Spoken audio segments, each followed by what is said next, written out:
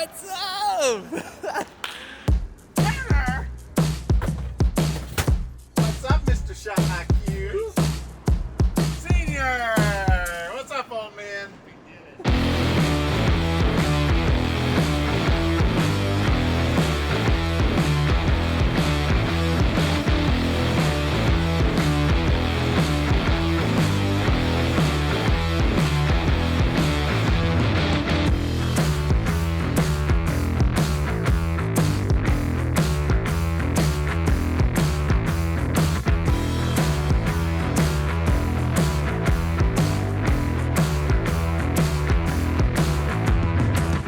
Hey guys, my name is Matt Zirnsak from the Push Archery, and what you're about to see in this video is a compilation of some bow hunters that I truly respect. A few years back, we did a video called IBO Masters, where we showed the best competition barebow archers and interviewed them and tried to get into their head about how they do what they do best. And over the years, I've always wanted to do one about bow hunting. We all know that competition archery absolutely makes you a better shooter and a better bow hunter. Getting reps with high pressure arrows throughout the competition season just makes you a better bow hunter. However, we can all admit that shooting at a live animal, that one arrow has so much value, it's different than target archery. So we're here at the Eastern Traditional Archery Rendezvous 2024, and what a great opportunity to have access to all of these bow hunters that I respect so much. So enjoy this video. You're about to hear from some absolute killers. These guys get it done year after year. Never count them out. No matter how late in the season, they're gonna fill their tags. Enjoy this video. Thanks for being here. Get primal.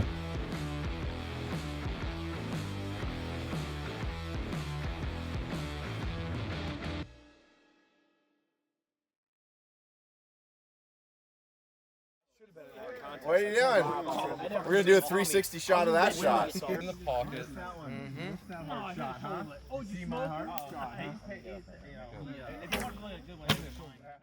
All right, I'm Curt Cabrera from Trad Life Films. I live in New York, and I've been bow hunting for 46 years.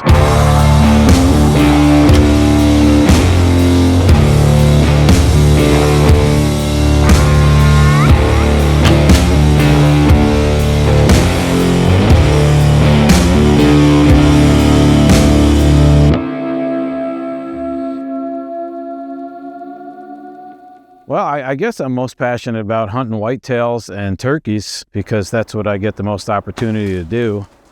And I guess that's kind of what I'm known for. Mostly is turkeys, I guess, and my videos. But I do like to hunt other things, and I have other, other animals I have on film. But I guess it would be turkeys and deer.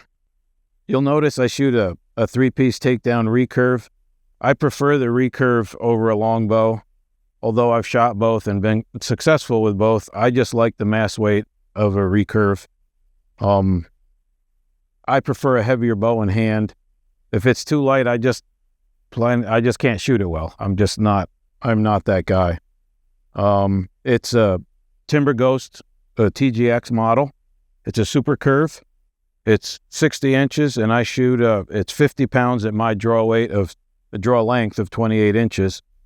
It's got some brass antler knobs on it, which I like because it adds to the mass weight. The heavier the better for me.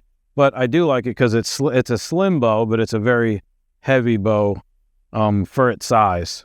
And it's got carbon foam limbs. It's a super curve, you can see there. And I have just a tip protector on the end of it, just so when I put it down on the ground. I prefer a short bow. This one is actually a 60-inch bow, but it shoots more like a 56. It's very short because of the curves. I have an arrow holder on my bow, which holds the arrow when I'm hunting. I can hook it up in a tree, and they won't blow off in the wind, which I've had before because I've forgotten to put arrow holders on bows before, and then before I know it, there's an arrow on the ground. My quiver is a Selway slide-on. That's all I've pretty much ever used. I prefer a 5-arrow. The slip-ons, the slide-on is just super solid. And I think it actually takes away some of the vibration. The rubber parts absorb some of that. My string is made by Alan Schaefer at 10-ring strings. I'm not sure what it's made out of, but whatever it is, it works. And yarn silencers. All right, I prefer a 5-arrow quiver only because it's nice to have extra. I've actually hunted with 4-arrow quivers before and find myself needing a 5th arrow. I've never felt like I needed any more than 5 with the 5-arrow quiver. So that's just, it's always nice to have extra bullets, I guess. So I guess that's why I do it. So my arrows of choice now, I used to shoot a different arrow, but I've come to really like these Safari Tough Taipan arrows. And these are my 3D arrows that I'm trying. I usually shoot a heavier arrow, which is a 350 spine. These are 400. My hunting arrows are usually around 600 grains with this bow. And these are about 480, which is kind of an experiment, honestly. I just wanted to see if I could tune a 400 spine to this bow with less point weight. And I did it by dropping down to a 175 grain field point. And they seem to shoot really well. And I might actually try to hunt with them this year because they're shooting very well and they're tuned, I mean, perfect. So I really have come to like the flatter trajectory, the lightweight, and I may hunt with them this year. I'm just not sure yet. And my broadhead of choice is a VPA 3-blade broadhead, and it can be anywhere from, these are 175, which I'll have to shoot on these 400s. And on my 350s, I'll shoot anywhere between 250 and 300 grain points. And they're usually 1.25 inches or 1.5 inches, the big giant VPAs, which I actually really like them. That's what I've shot my 2 bears with. I've killed a ton of turkeys with them, and they're a heck of a broadhead. They put a big hole and they leave a lot of blood on the ground. So that's why I prefer 3 blades, is mostly for the blood trails. My fletching is, nothing fancy. It's just a 4-inch 3-fletch. I always like to have a wrap on there in case I want to refletch arrows, because these arrows seem to last forever. So nothing fancy. I mean, when I knock an arrow for whatever reason, I knock it with the cock feather in. I don't know why. I just do. I guess the reason why, a long time ago, I realized that my hen feather on the bottom was getting worn out on the shelf, so I turned it in, and I've never worn out a feather since then, which is just kind of something I've done for 20-some years. You know, people will say that, 4-fletch, 3-fletch, broadhead configuration, but even though I prefer to fletch it this way, I really have no preference and orientation of my broadhead. So even if I grab it in a quick situation and I shoot it cock feather out, my arrows fly exactly the same. It's just one of those things that I've gotten used to, knocking it cock feather in, but flight-wise, it makes 0 difference. So that's just a preference. So let's talk a little bit about my shot process when I'm shooting at an animal. I have noticed when I'm at a target that I take a little bit more time. I will actually hold a little bit, and I'm able to. That's kind of something I just started to do. For years, it was just touch and go, and it worked, but I wanted to actually develop a shot that I could get to full draw and hold if I needed to, because for years I hunted turkeys, and that was my downfall. I needed to see what I was shooting at. And I had to wait for the turkey to come out from behind the tree instead of having the ability to draw when he was behind the tree and come out and focus and get it done. I could never do that before. Now I can do it.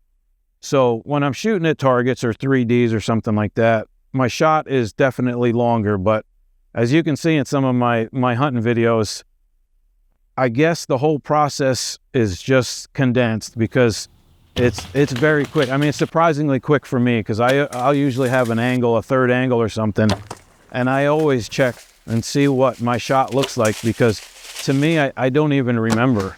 When I'm shooting at an animal, it's just me concentrating. I don't think about how far I got to draw. I don't think about back tension. I don't think about anything. I think about getting my feet, in the right direction. When I know where that animal's coming from, he's coming down the trail, I'm going to get my body ready as early as possible. And then from that, it's just pick a spot. I shoot instinctive 100%. I do not see my point. If I do, I don't notice it at all. That's why broadhead orientation or anything like that does broadhead or arrow length. I can shoot them all because all I'm looking at is that spot on that animal that I want to hit. And it happens surprisingly quick when I'm shooting at an animal, and I have the video proof of it, which shocks me sometimes how fast I actually shoot, and sometimes how bad my shot looks compared to when you're making the perfect shot at the 3D target or at the bales. Sometimes it's a weak looking shot. It's just, but as long as my focus is there, the arrow will get there. I mean, it may not be a perfect draw, it may be an awkward draw or anything like that, but as long as I can focus on that spot, most of the time, my shot will go there.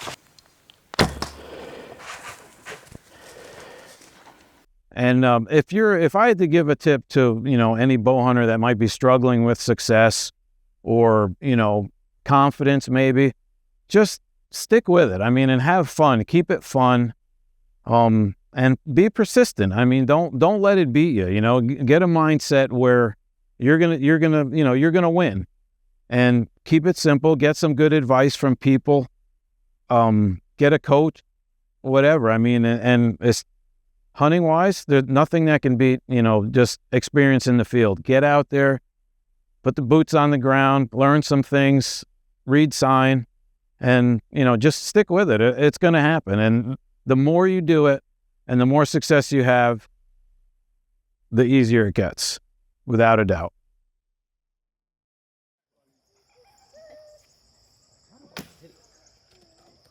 Matt, do you feel that way too? I have my shelf above its back right Yeah. from here. I'm trying to figure out where Good shot, Joyce. Nice, Joyce. It only takes one. I got these limbs in the way. I'm Logan Glassburn. I'm from Ohio. I've been bow hunting for 22 years, and I just like to kill big bucks.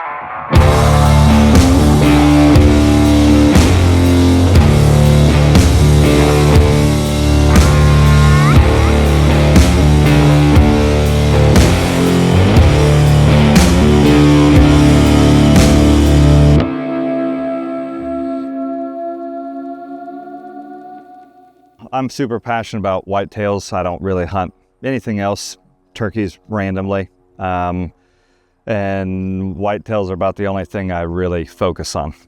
So I hunt them Ohio, Kentucky, West Virginia, Kansas. I think that's about it.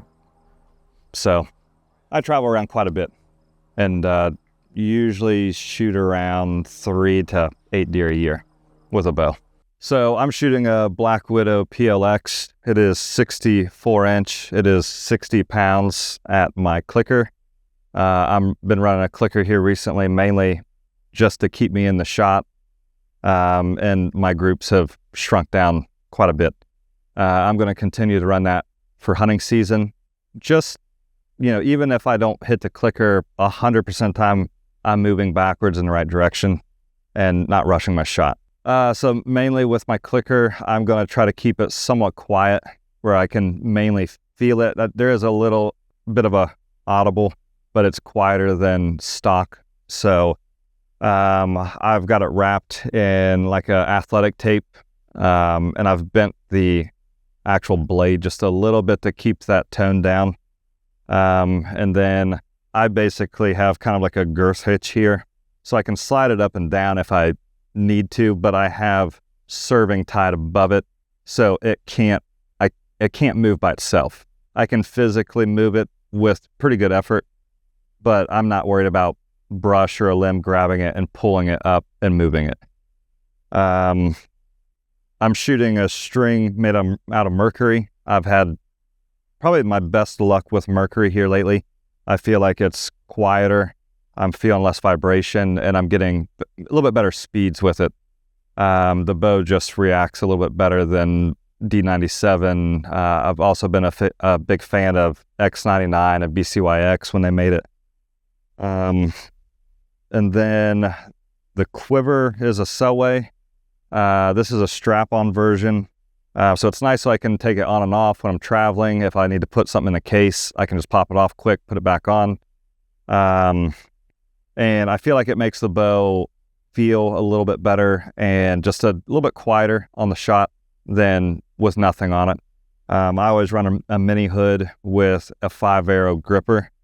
And right now I'm using the Safari Tough Taipans. This is a 350 spine cut to 31.5 on the saw. I'm running a standard hit insert with the aluminum collar, and this bow I'm running a 300 grain head just to keep my weight up for the poundage. So I'm running roughly about a 625 grain arrow on a 60-pound bow. Should be plenty to do whatever I need. I've tried out here recently these wool scallops from 2 Tracks. What I like about these is they're not real expensive. I don't have to serve anything in. They don't move. They don't fall out, over time. And if I need to replace the string, I can just undo the string a little bit, pop them out, put them in a new string. They're ready to go. And tuning wise, I can move them up and down the string without leaving, pulling fuzz out of like a yarn puff or something like that. So they're lightweight. They're lighter than cat whiskers, and they seem to do a really good job.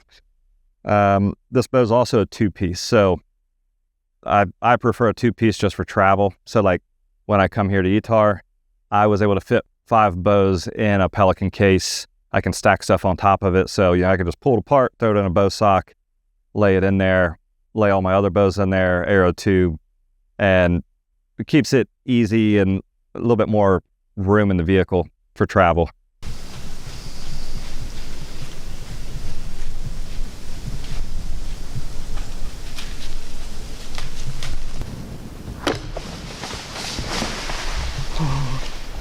Oh my God. Oh my God. Thank you, Jesus. That's the biggest buck I've ever killed in my life. I think I'm gonna cry. I feel like I'm gonna puke. Oh my gosh. I feel like I'm gonna puke.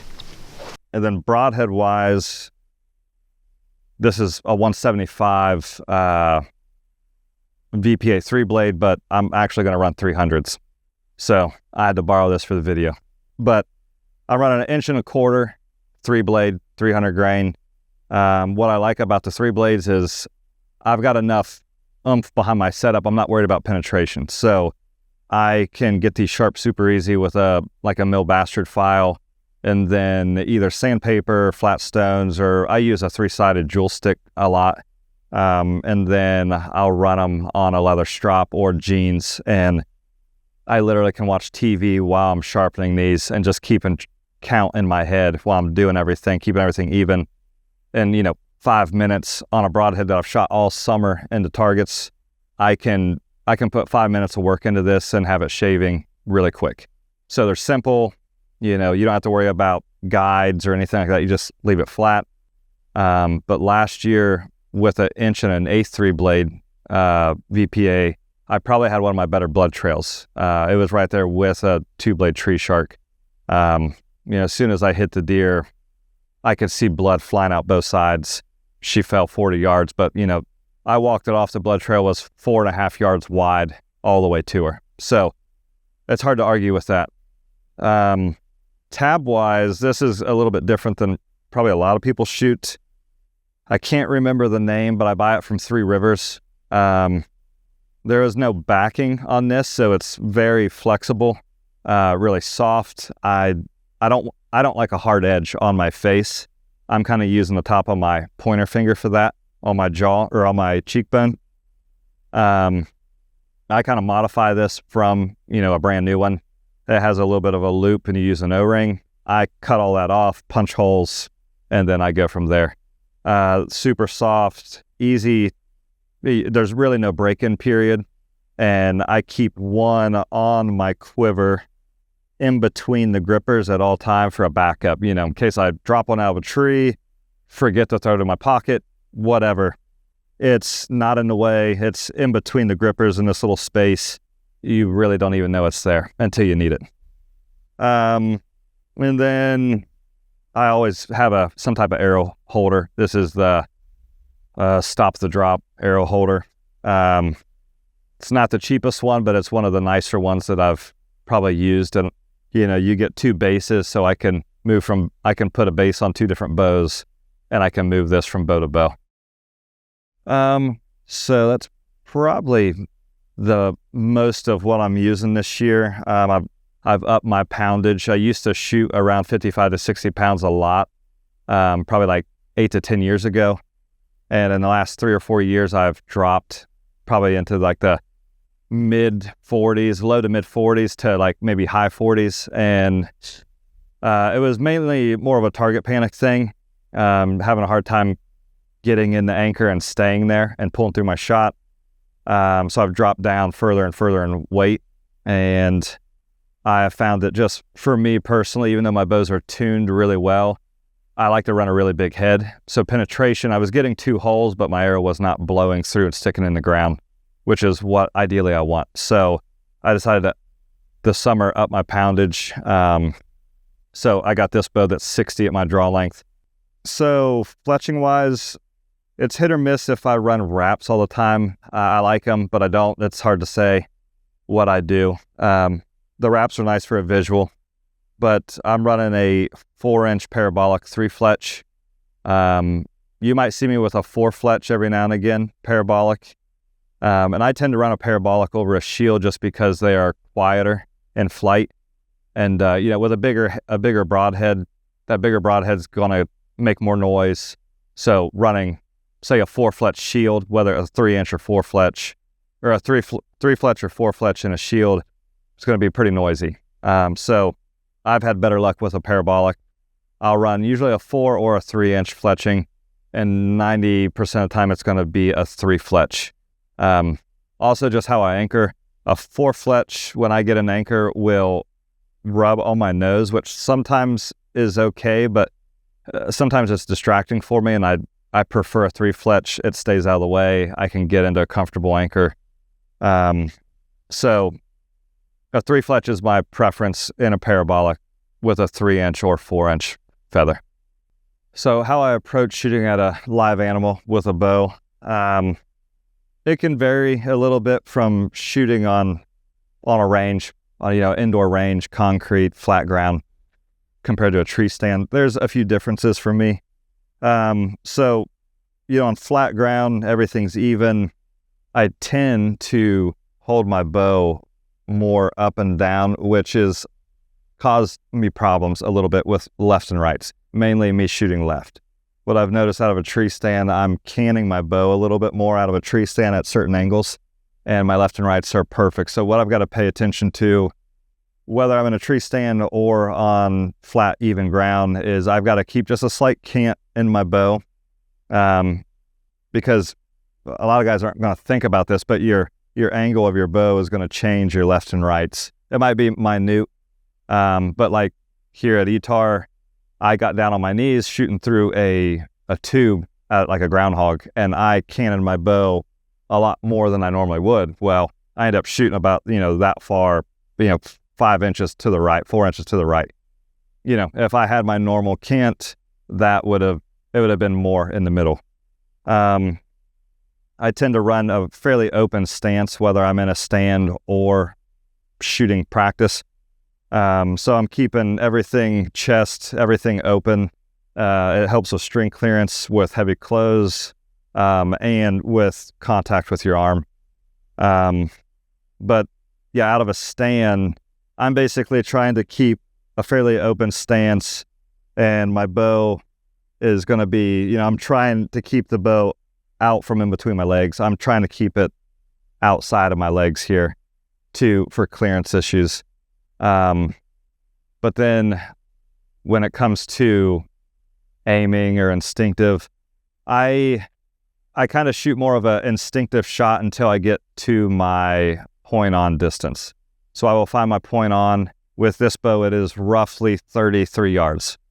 So I know anything inside of that, anything inside 30 yards, I'm just burning a hole on what I want to hit. I can see my arrow in my peripheral. It's blurry. I can see what's right and what's not right. I can get my left and rights lined up, but I'm not focused on my arrow. I'm focused on what I want to hit. And then I will take a rangefinder in with me most times, and I will range all around to find my point on distances. So in my mind, I'm marking trees, trails, and I know anything inside of that, I don't have to think about.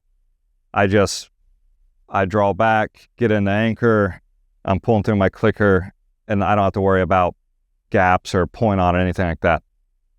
But, if a deer is out around my point on, then I will reference my point of my arrow. And I will shoot out a little past my point on at live animals. The confidence is very key. So, I follow my gut. So one of my bigger deer I killed at 38 yards. I didn't realize he was that far.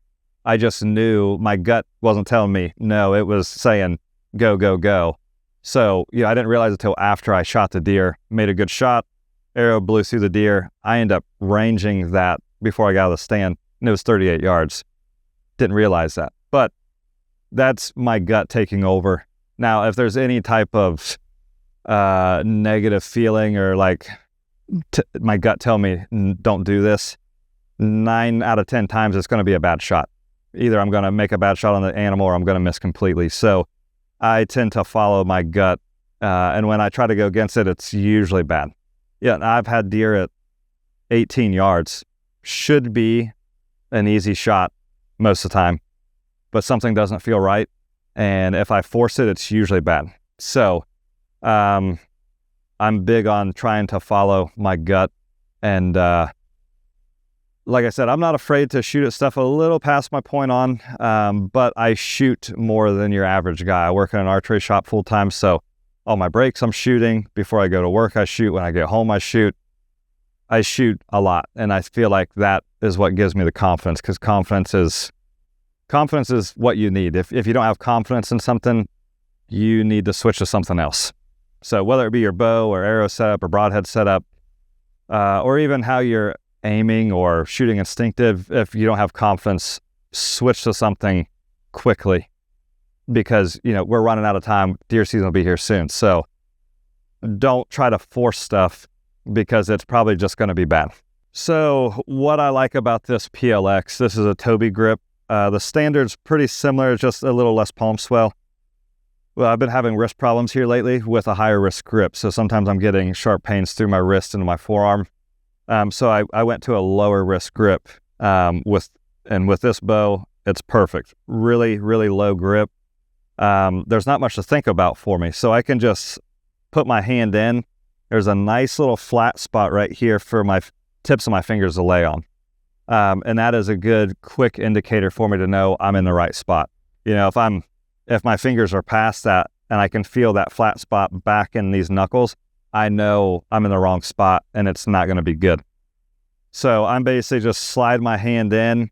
I keep pretty even pressure through. I'm going to run a little bit more down into the palm than I do the throat, and it's just personal preference. I'm laying those fingertips right on that flat spot right here.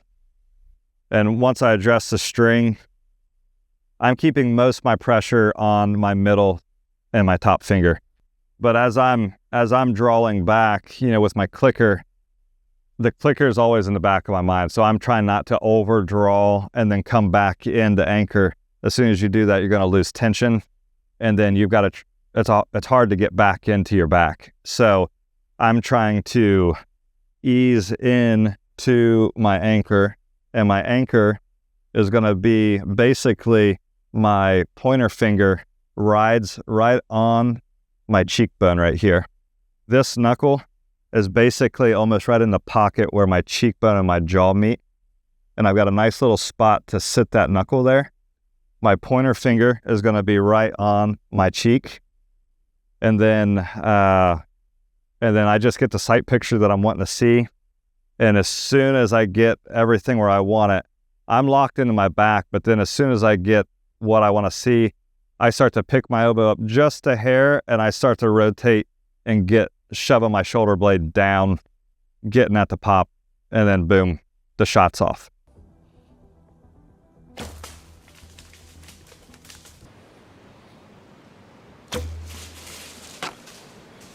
she's dead.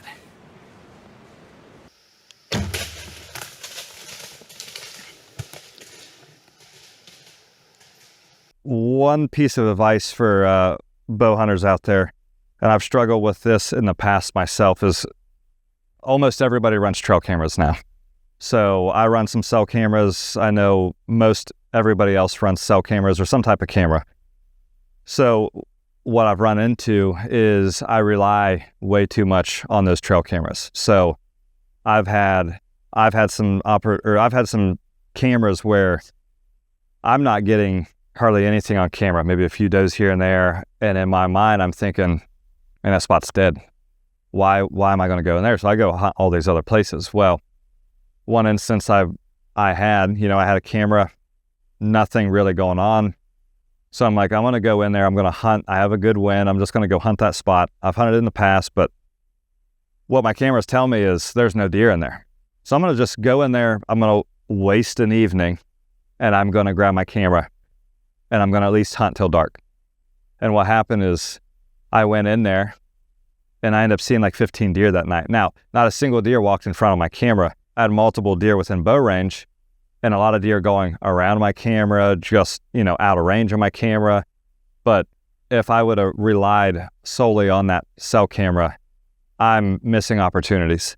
So the cell cameras are super addicting. I like them. I run them basically year round now. And they're fun. They're, you get a lot of good info from them, but I feel like they can be kind of like a pacifier for a baby, It doesn't really need it anymore, but he relies on it just to make him feel better. Getting that with Logie? Excuse me. We gotta redo this. Oh, get in there. Come on, Jude. All the arrows made me nervous. It wasn't quite as good as mine, but it's okay. You would have laughed. I'm Glenn Johnson. I'm from Just Hunting, I'm from Maryland. I've been bow hunting 15 years or so.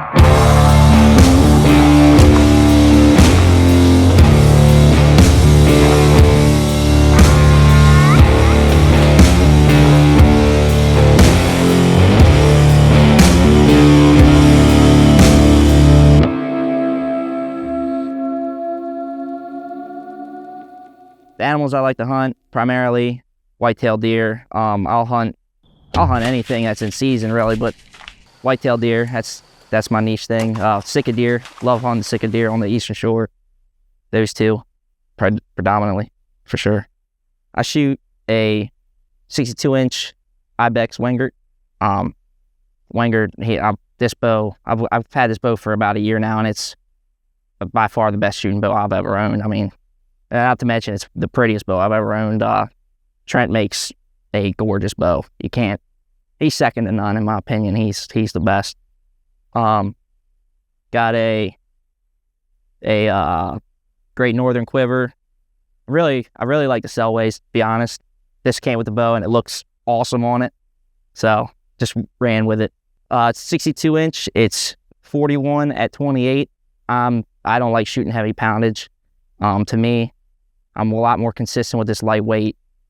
I might not have the power to break through a shoulder like some other people will, but if I can put it where I want it to go every time, that's what matters to me. It's way more important to me. I like a standard. This is a standard Jaeger grip with the Trent's version of it. That I got the piece of grip tape on there. When I'm wearing gloves in the winter, it really helps get that grip to where I won't roll off. Or conversely in the summer when my hands are all sweaty, my hand doesn't roll off. It's always where I need it to be. So it's the most consistent way for me to get it. From there, I got a little bare weather rest. You might notice a little far back. Really don't know why. It just tuned good that way, and it's been like that ever since I set it up. Have the quickie or the quick lock arrow holder. You need that in the stand. You can't, if you don't have one of those in the stand or some version of it, you're making it harder on yourself. It holds the arrow while when you pick it up, and as soon as you draw back, it comes off. You don't even have to take it off yourself. It's great. Yost tab. For a while, when I first started shooting, I was using a glove, And someone, actually Richard, he said, you need to go get a tab. Go buy one of them Yost tabs. I said, all right, I'll give it a try. And man, I never looked back. I get such a better release with it than I did with the glove. And the brass one on top of that, I like that weight, that extra weight in my hand. I don't know if it helps anything, but just it feels a lot better than that light one to me. So I'll never use anything else. They're the best. So I shoot the Easton Legacies, the Fred Eichler edition. They're the 204 5mm. That's my favorite diameter. I love that diameter, and just these arrows just look awesome. That's part of the reason I always loved the Axis. Those were my favorite until these came out. And these are basically just an Axis with the wrap and the color. The white, you got the white cresting on the end. It's great for seeing blood, or if you unfortunately gut shot an animal, you know where you hit it. You can tell just with that white. I think it's very important to have. But yeah, they were about 550, a little bit right around there. I shoot the iron wheel broadhead, the single bevel 250, or actually these are 225. I love them. They come sharp. They're easy to sharpen, and they're killers. They are straight killers. They're expensive. You're paying for them. But if I'm going to put all this money into the bow, I'm not going to. Why would the end of my arrow go cheap on that? It doesn't make sense to me. I'll spare no expense when I'm killing an animal. So on this one, I have 4-fletch, 4-inch feathers. The feathers, I like the feather look. I like the classic look, to be honest. Nothing. I've used trad vanes before. Just don't think they look the same. I don't think it looks as good. The 4-fletch, to me, is more forgiving. Again, I think that goes back to the whole why I shoot lightweight, forgiving, and just if I pluck it or something, it helps straighten that arrow back out quicker.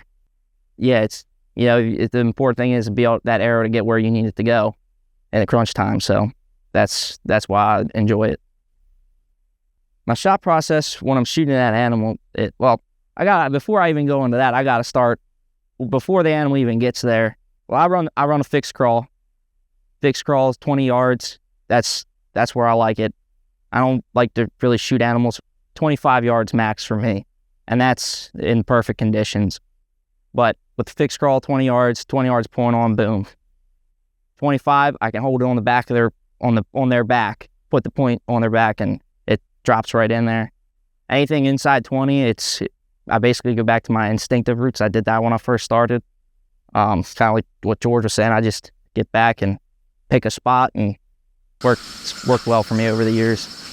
But yeah, before an animal even comes in, I'll range trees within that 20-yard kill circle. So that way I don't have to fiddle with that.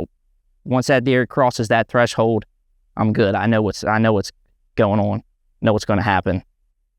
If he's outside that 20-yard, then I'll range him and get more precise, because you need to be more precise out there, especially with the heavy arrow, the lightweight. Well, I don't like shooting far, but so range, animal comes in, and I do my best to stay calm. I might be different than most people. I try not to think about much. I try to keep it all out of my head, because once I start getting in my head, if one thing doesn't go the way I want it to, now you start getting a little panicky, and that's when stuff goes wrong. I don't want to get in that state. So I try not to think. As far as drawing my bow and shooting at the animal, I try to go off of muscle memory. I practice enough where I get back and just let it go, let it fly. Brass knock is a big key to me. With that metal Yost tab, I don't even have to look at it. I just boom right up, and I'm at my 20. There is no inconsistency. There's no I missed it by a little bit like you could if you had a tie on knock. That brass knock, boom, you're there. So animal comes in, walks in, and I just get back, get to my anchor. I anchor behind my canine, in between them two teeth. That's where I'll put my top finger. That's, to me, I used to shoot with it with my finger in the corner of my mouth, and I found that to be a little too inconsistent. Could overdraw a little bit, underdraw. That canine tooth, it's solid. It's a solid spot to put your finger. Yeah, Now, when I get the full draw on that animal, I look, tip my arrow. If it's 20 yards, obviously put it on it. And if it's, like I said, if it's inside 20 yards, I get in, I settle in, I rest, and just let it rip. And that's always worked for me. It's worked well for me. So, if you're a bow hunter struggling with success, piece of advice I would give you is scout. Scout more than you hunt. That's the most important thing. Finding where the deer are going to be. You can't just go in the woods and set up anywhere. You're just not going to be in the right spot. You might happen to be in the right spot, but more than likely it's the wrong spot.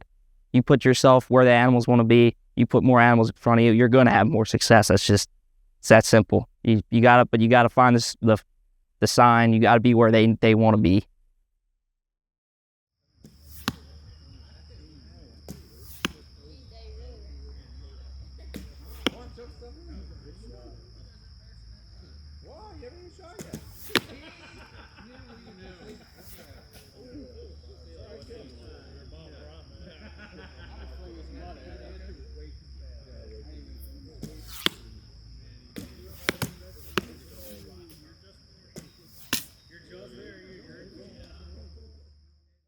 I'm Dalton Lewis. I'm from Jefferson, North Carolina. I had the Stick Boys podcast and YouTube channel, and I've been bow hunting for 26 years.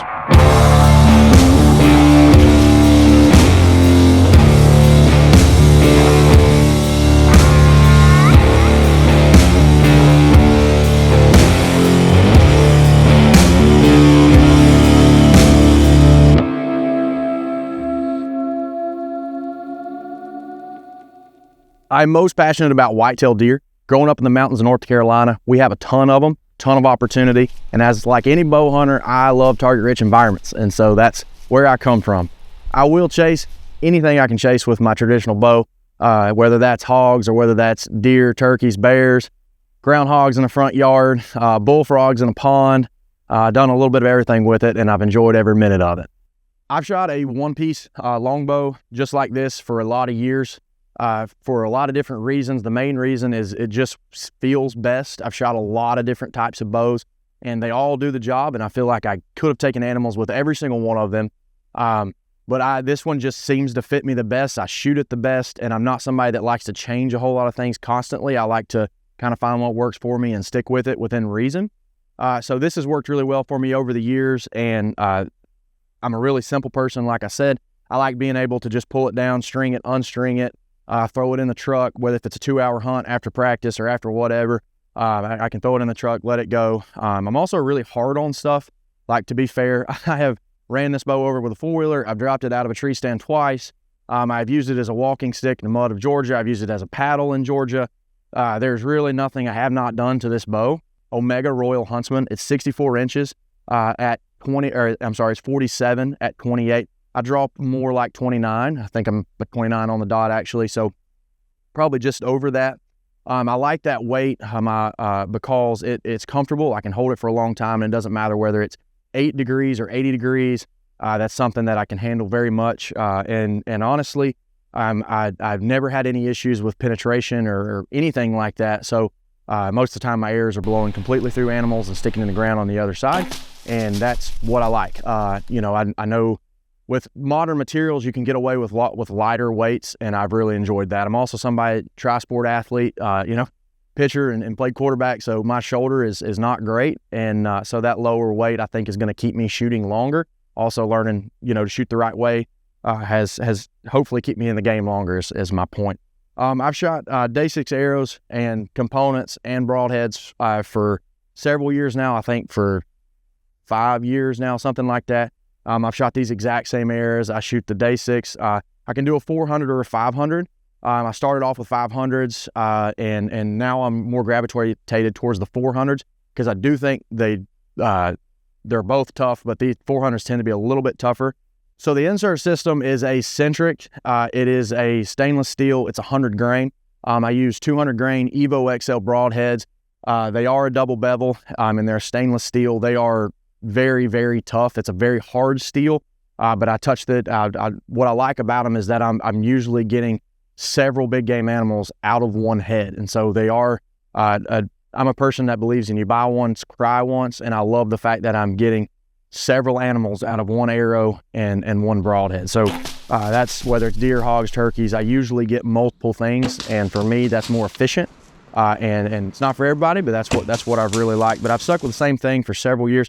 I shoot competitively as well as hunting, but hunting is my heart. That's where I'm at. I just shoot competitively because I'm a competitive person and I like it. But I will shoot the exact same setup all the way through everything, and that is a huge disadvantage when you get at the farther ranges. But at the end of the day, I'm a bow hunter first, and I don't want to change things because, like this year we had IBO Trad Worlds 1 week. The week before I was in Texas chasing hogs, so I don't want to change things to where I have to move around.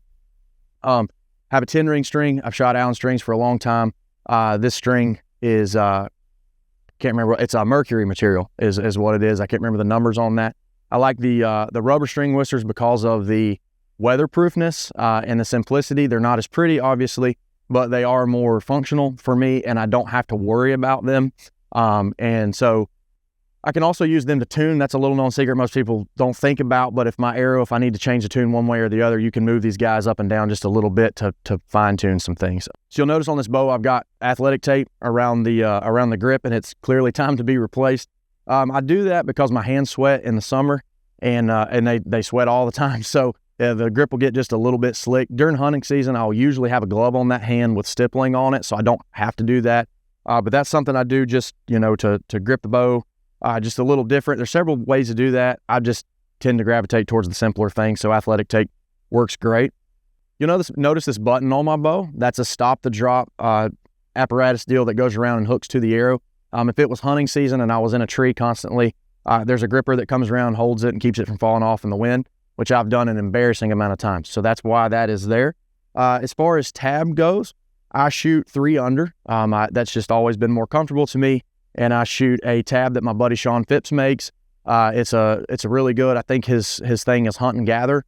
But I like it because it's thin. I prefer a super, super, super thin tab. I like being able to feel the string in my hands. I know people, wear your hands out quicker, but I do prefer being able to feel the string, especially when I'm hunting. Because when you're in a tree stand, things are not perfect all the time, and I want to be able to feel what everything's doing. I've been using a sailway quiver for a really long time. I really like it. I use the slide-on version because, in my opinion, it makes the bow quieter and it dampens any kind of vibrations that do happen.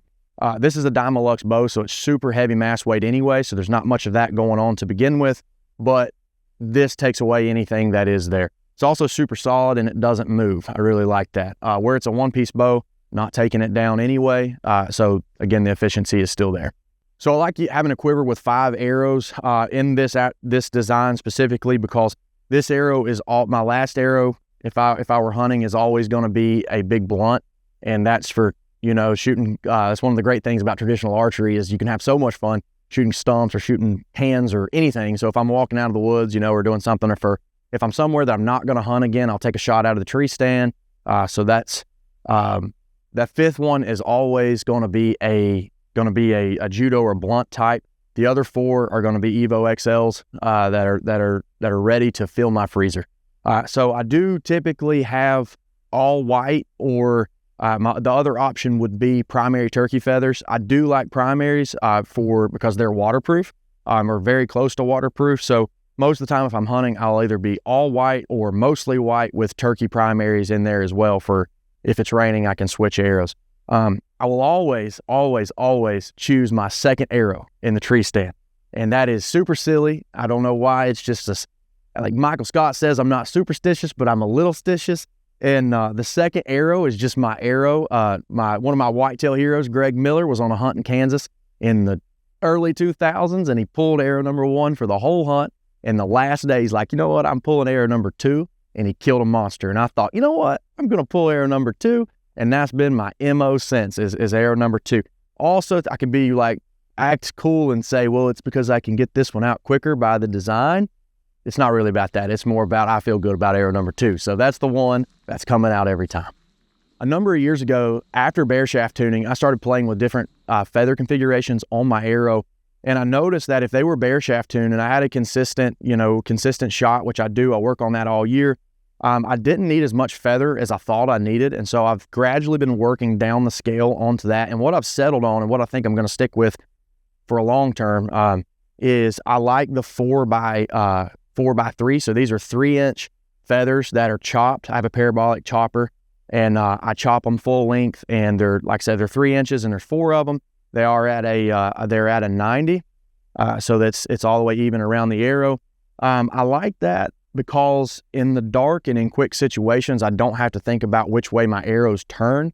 No matter which way that knot goes on, everything's good. The other thing that I really like about this, I'm not a guy that is going to run all these numbers and get an extreme FOC, but I do like most of the weight to be in the front. This is 300 grains total up front between the point and the insert-outsert. So it's going to pull pretty hard, and that really helps me on windy days because this doesn't catch as much. And what I've noticed is I've went out and tested different things, and when you get a good crosswind, the bigger your feathers are, the more difficult time you're going to have in that wind. So with these, I've just noticed that the wind drift isn't nearly what it would be if they were up. And again, it goes back to simplicity. The other thing that's not on here on these arrows would be lighted nocks. I do shoot lighted nocks when I'm hunting just for filming, because every time I'm hunting, I've got cameras with me, and that arrow flight is super important, obviously, for the quality of the content. So I do have lighted nocks on there. I prefer the halo nocks, glory nocks. They tend to be the best in blood and water. Again, I don't like changing things. So the more animals I can get on one lighted nock is the better for me. So that's the ones that have been the toughest for me, and the ones that the arrow flight has been the best. So that's what I've stuck with. I would consider myself, and I don't get down in the weeds on this, but I would consider myself an instinctive-ish shooter. I am all the time focused 100% on what I want to hit. And whether that's a hair on a whitetail or whether that's a 12 in a tournament, I am focused. The vision is clear on that 12. Now, what changes is I do shoot a heavier setup, and as far as arrow goes, it's 583, I think, is my total weight with these 400s. So there is a bit of a drop. And so after like 24 yards, I do have to compensate for that drop, because if I just pick the spot, I'm generally going to shoot under the animal. So at 24 yards, that's kind of my bridge. I want to make sure that that blur is over my focus. And that tells me that my up and down is going to be pretty darn close. I'll be honest with you, I shoot out to 40 yards every single day in my yard as I prepare throughout the year and get ready for the fall. But I set my shots up, and I'm preparing. I pride myself on woodsmanship. I'm really trying to get 15 and under. And it's not because I can't shoot those distances. It's because animals' reaction time, a whitetail's deer reaction time, is somewhere around 1,200 feet per second. So even the fastest compound is less than a third of a whitetail speed, right? So I know that they're going to drop. I know there's going to be variance, and no matter whether I can hit that spot or not, it changes. So I set up for shorter, and my shot process will mimic that, because that's what I'm preparing for.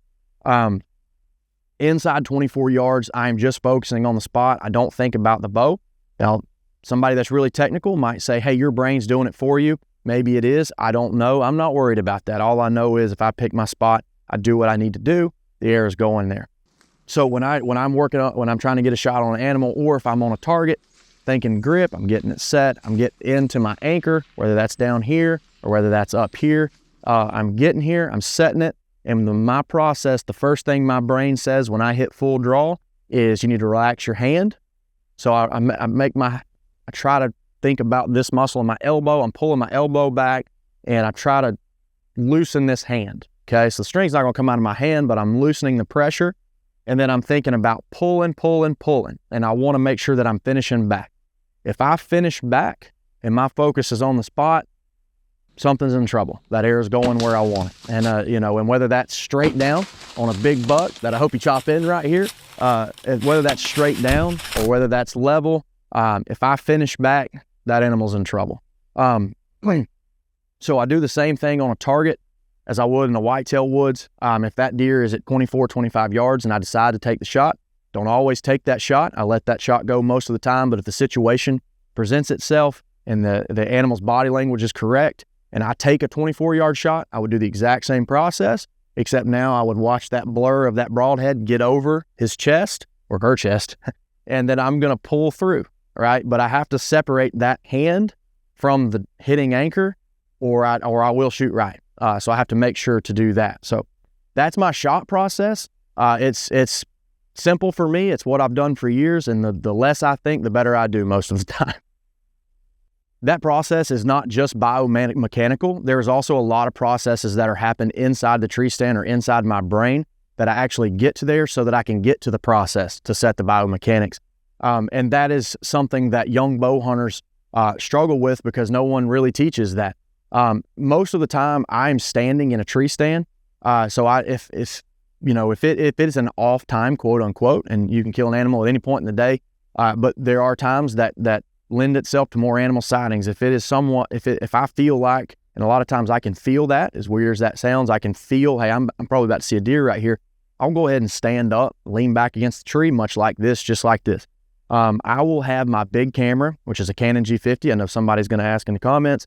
A Canon G50 on my tree arm, which is a Timber Ninja carbon arm. Somebody's going to ask that too.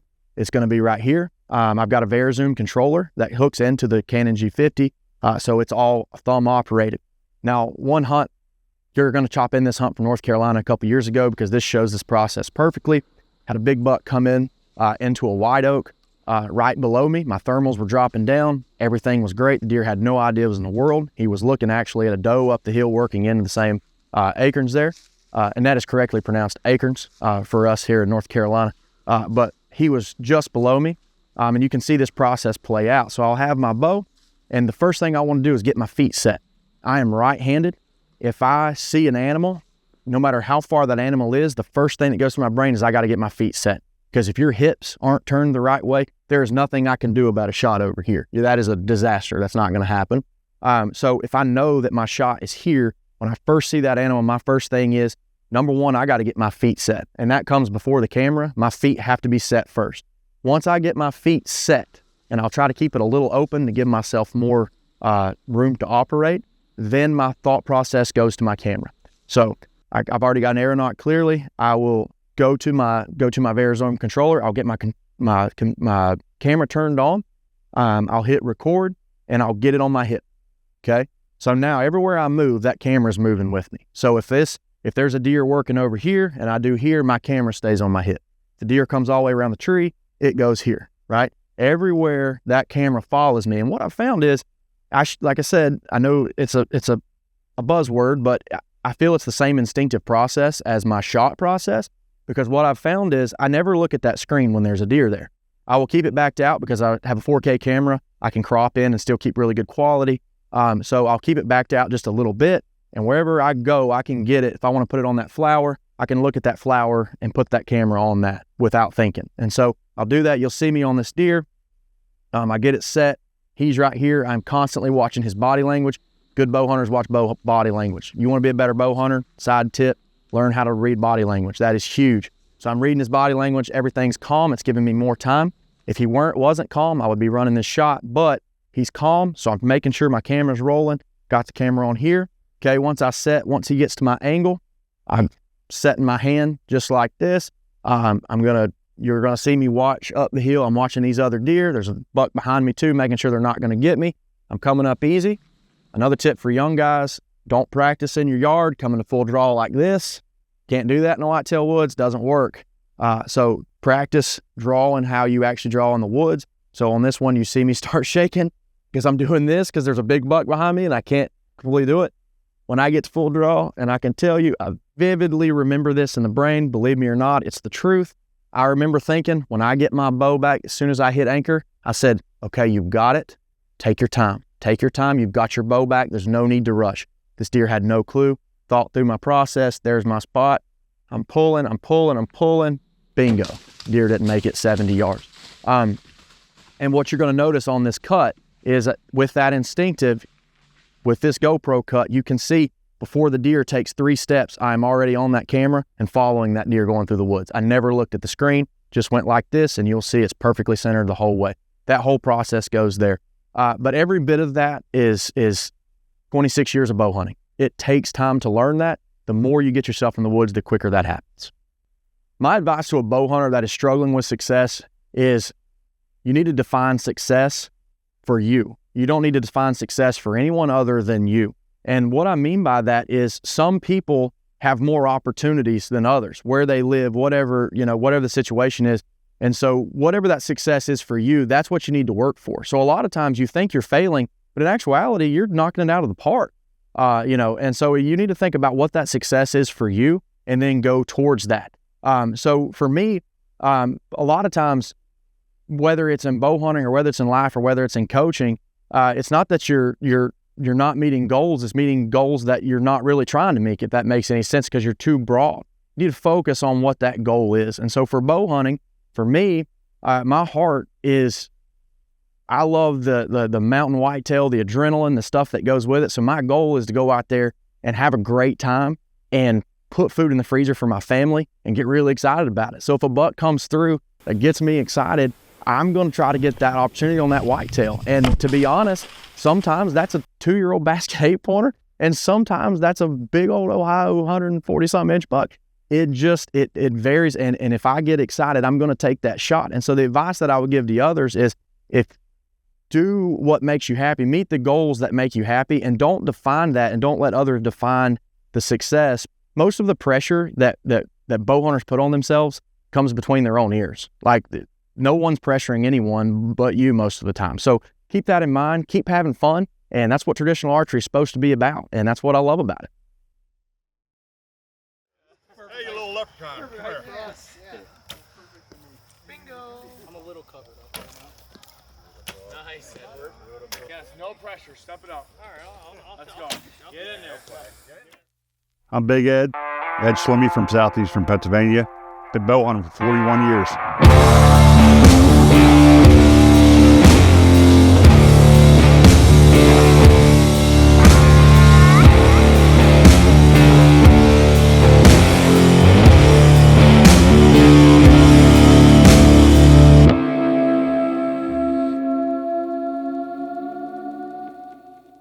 My passion in bow hunting is pretty much any animal that's legal to shoot. I really love deer.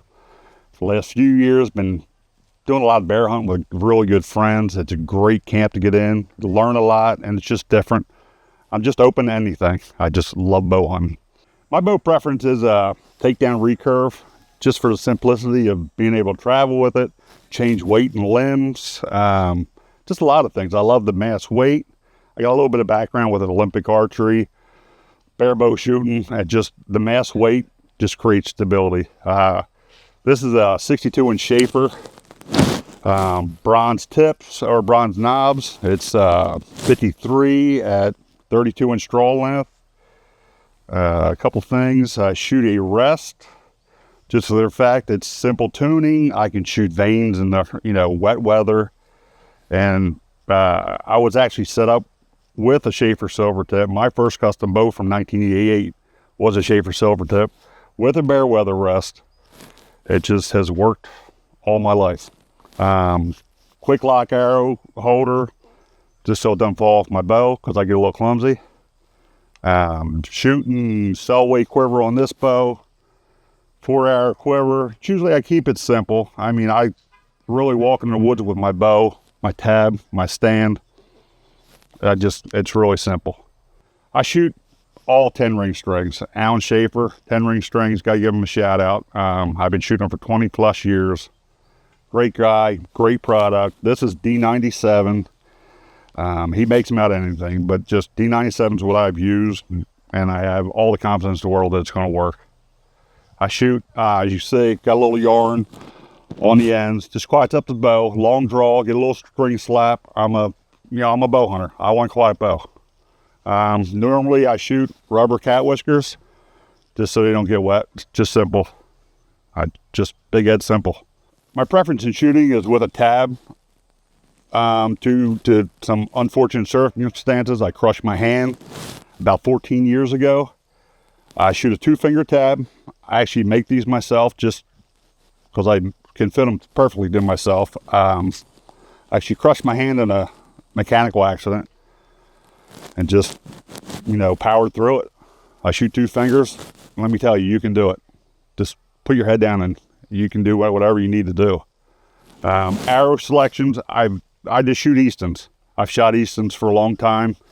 They make a 34-inch shaft. I shoot 33.5-inch arrows.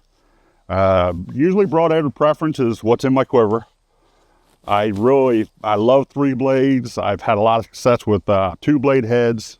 This is a Thunderhead, kind of a OG Thunderhead, 160 grainer, arrow fletching configuration. I always shot 4 fletch. Again, Paul Schaefer set me up with 4 fletch in '89, and I had no reason to change. These are 4 fletched, left helical, parabolic, it doesn't matter, shield. The 4 fletch is cool because all you do is you throw it on your bow. You really don't have to line anything up. I don't worry about the fletching to the broadhead alignment. I do worry about the alignment with the broadhead to the shaft. It's got a spinner, it's not going to fly. But, you know, they'll all kill. Accuracy is your key. I keep it simple. My shot process, pretty much shooting an animal, is pretty much the same thing on a target. My main focus is just stability, whether sitting, standing. I just make sure I have a solid core. I don't really think about my back tension. I shoot so much, it's really just become a natural fluidity process. You know, I'll get my feet set to where the animal's coming, address the string, make sure my string's on my fingers right, and then it's kind of just, I wait for the perfect opportunity, you know, get the animal stop, quartering away, and just, you know, I work my shot. I just haven't been shooting so long. Back tension's there. I just kind of grip it and rip it.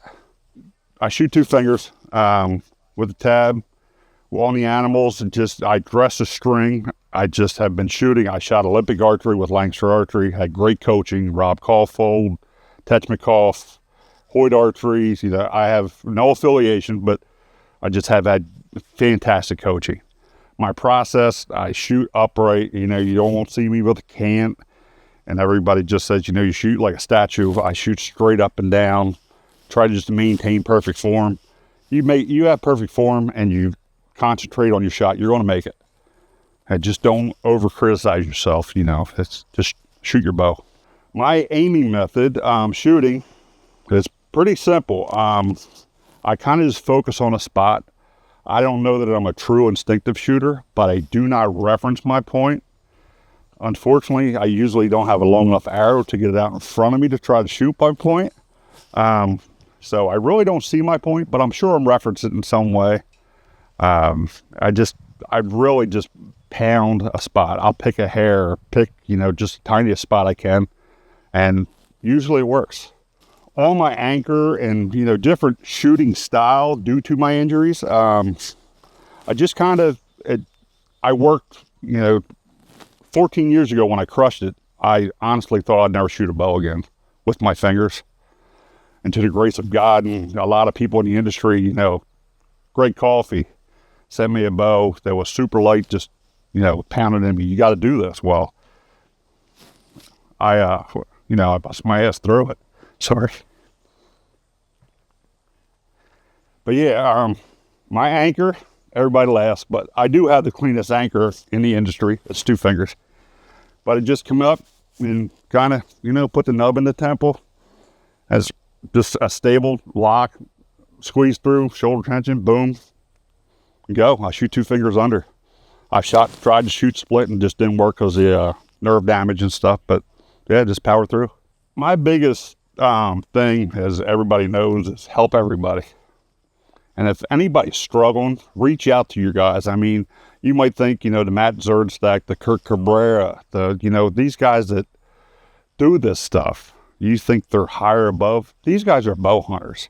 Reach out, touch base with them. They'll help you. You know, everybody struggles. Call me, you know, hey, I'll give you my phone number. I'll talk to you on the phone, internet. The biggest thing is there's so many mentors out there that will help you. It's the biggest thing. I mean, I don't call myself a mentor, but I find myself mentoring people. The mentors love it. Don't think you're stressing people out by asking questions. That's how you learn. I mean, that's how I learned. You know, 30 years ago, I was that guy winging arrows down through the woods. You know, I had a 6-hour quiver then because I needed it. But now it's just, you know, I got the confidence, and maybe, you know, you ask me that question, I can give you that confidence. But confidence is in knowledge, you know, whether it's reading a book. And I do really think people need to read books. You take more knowledge in by the word process of, you know, reading. But just reach out to people. Reach out and, you know, you'll learn so much. No, no. Nope. Pitch that up like another 4 inches. I was watching the arrow like a can. Yeah. From when he was a lifeguard. Hey. My name is Nick Krivoniak. I'm from Ohio, and I've been bow hunting for 25 years.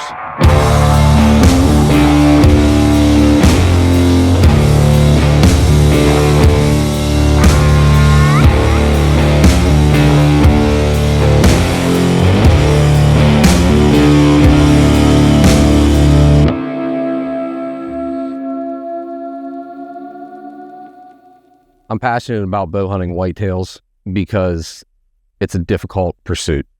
And from a young age, I accepted that challenge, and they were accessible. It was an animal that was always around. I could always find a place to go hunt them. And honestly, growing up, most of the books that I would read, magazines that I would read, they focused on whitetails. And because that's what was around where I grew up in Ohio, that's what I focus on as well.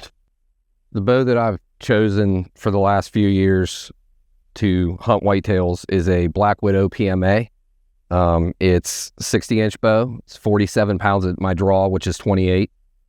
And I chose this because it had the longest riser in the Black Widow line, and I was interested in that. I always found more stability in having a longer riser, so that was the selling point for me. It also has a little bit more open picture window, sight window, and that just has less clutter.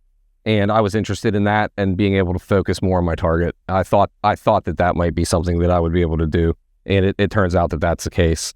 I am shooting a Selway quiver. It's what's holding my arrows. I've chosen a Selway quiver because I love the people that make them. They've been really good to me, and I've made some great friendships within that family. It's also a great product. I've chosen a slide-on model because I like how tightly it'll grip your limbs. I feel like there's an audible difference when you shoot your bow, as well as a definite difference in feel. So you have just a little bit more of a dead shot with those tight grippers around the limbs. As far as my string, I have a Flemish twist string. These are synthetic silencers. I've gone with those because that's what was on the bow when I got it. And I didn't want to change anything. I like to keep things really, really simple. So there may be better options, but that's what I like. I found that they work pretty well when it's wet. I don't really hunt when it's pouring down. I rarely soak my bow. So having really wet silencers isn't normally an issue. And then as far as my arrow setup goes, I really do like to keep things simple. So I also like to spend more money on tags and gasoline to go hunt animals than sometimes what I'm putting into my equipment. It's got to be efficient, but I definitely don't want to break the bank. These are new old stock Beeman ICS hunters. So they actually don't even make these anymore. But my finished arrow weight is around 520 grains. As far as my broadhead, I've chosen a VPA 3 blade. It's been really effective for me. I've shot other broadheads and they have been as well. But as far as broadheads, or as far as blood trails, penetration, it's really worked well. I shot 3 deer last year with that head, and I feel like a lot of them reacted very differently, almost as if they hadn't been hit. They didn't react they didn't blow out of the area. A couple of them didn't even kick. They just took the arrow in the pocket. One of them ran 30 yards and just stopped and fell over. The other one ran about 50 yards and stopped and looked back and then fell over. So that was very telling for me. Also, the blood trails leading to those deer were very prolific, and I'm a big fan of that. One of the other reasons I like this VPA broadhead is that I can get it really sharp. I think it's important to shoot a broadhead that you're able to consistently sharpen. And that VPA for a 3 blade, I was very amazed with the ability to get it sharp. I like to use a Smith sharpener. I use the diamond side, and then I go with a ceramic rod, and then I like to finish it on a paper wheel on a table grinder. It gives it a really nice mirror edge finish, and they're hair popping sharp. I've come to shoot a Safari Tough tab because it is all made of leather.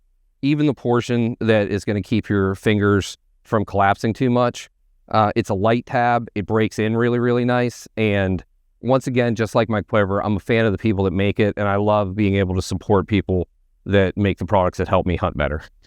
Whether I'm shooting on the course or I'm shooting at a deer, my mechanics really stay the same, and my shot process doesn't change.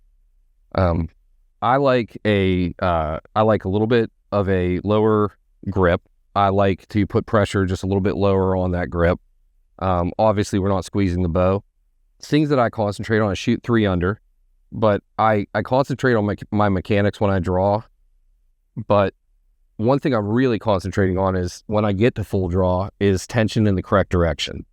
That might be the only thing that crosses my mind when I am at full draw on a deer, is making sure that I'm pushing my bow hand towards that deer and that my tension on my string hand is going obviously in the opposite direction. I'm doing that with back tension. I'm not shoulder pulling that, but I do always make sure, like, I think to myself, like, you better have good tension here. Don't let this shot down. And that's usually the last thing that goes through my head until I hit anchor. I like to anchor. What I do is consistently, I take my thumb and I place it behind my jaw, and that's my consistent anchor. I feel that. I can usually feel that through a small head net as well.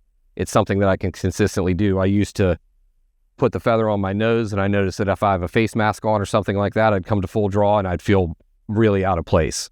So that was something that I changed, and it was more consistent for hunting. I always do make sure that I bend at the waist if I'm in a tree stand.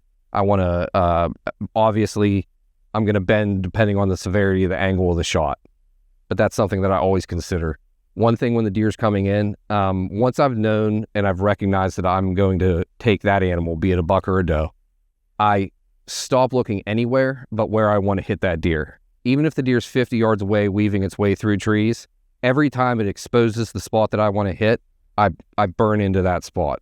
I don't look at anything else on that animal, be it a big buck, be it a doe. I want to find that spot every time it gives me an opportunity. That gives me a point of reference for when it's in range. I already know where I want to shoot that deer, and I've been focusing on it. When I've missed deer, it's because I lose focus on a spot. I think about something else. I think about antlers. I think this deer's close enough. I'm not going to miss it. You know, how could I make a mistake here? Focus on that spot. That is my sole ethos, or my sole goal when a animal is coming in. Just focus on that spot, even when you're not drawing on it. I shoot more of like a gap-stinctive method. I do reference my point, more so when I get closer to my point on. On this bow, with this setup, it's around 34 yards. Anything probably from 18 in, I'm not looking at my arrow tip. I just mechanically understand where I need to hold that bow, and I focus on the spot, and I pull through until the shot breaks and hopefully go track a deer. About 20 yards to my point on, which is about 34 yards, I consider my point at full draw. I'll reference my point based on anatomical features on that animal, usually using its front leg to place my point. And then after I place my point where it needs to be based on distance, I don't look at it again. I go back to the spot that I want to hit. I focus on that spot, and I run my shot process. I always wanted to know what it felt like. And you know, people say they're speechless.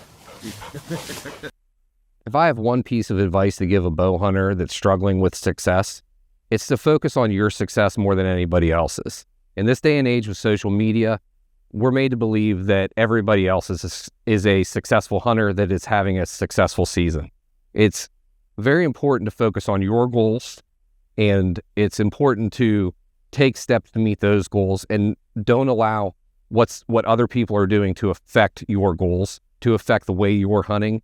And it's really important that you make hunting what you want it to be and not what you think it should be, which is cast on by different media outlets and things like that. This is a broad endeavor, and so you can make it what you want to make it. Focus on what you want, and don't worry about what other hunters are doing. He's like, I'll pound him in there as long as you ask me to. Here we go, my wood arrow. Matt, do you feel that way too? I have my shelf above its back right Yeah. from here. I'm trying to figure out where You're looking for it, Joyce. Nice, Joey. It only takes one. I hope you got that on film, Josiah. I probably That was did. awesome. I've been recording the whole time. I'm Joel Turner from Shot IQ. I'm from Choteau, Montana. I've been bow hunting for 34 years.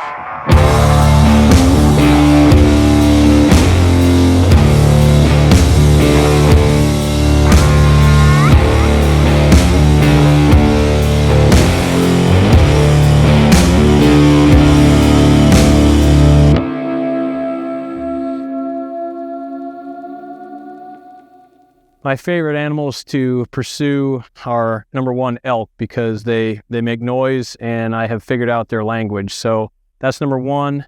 And number two is deer, usually whitetails in Choteau, Montana.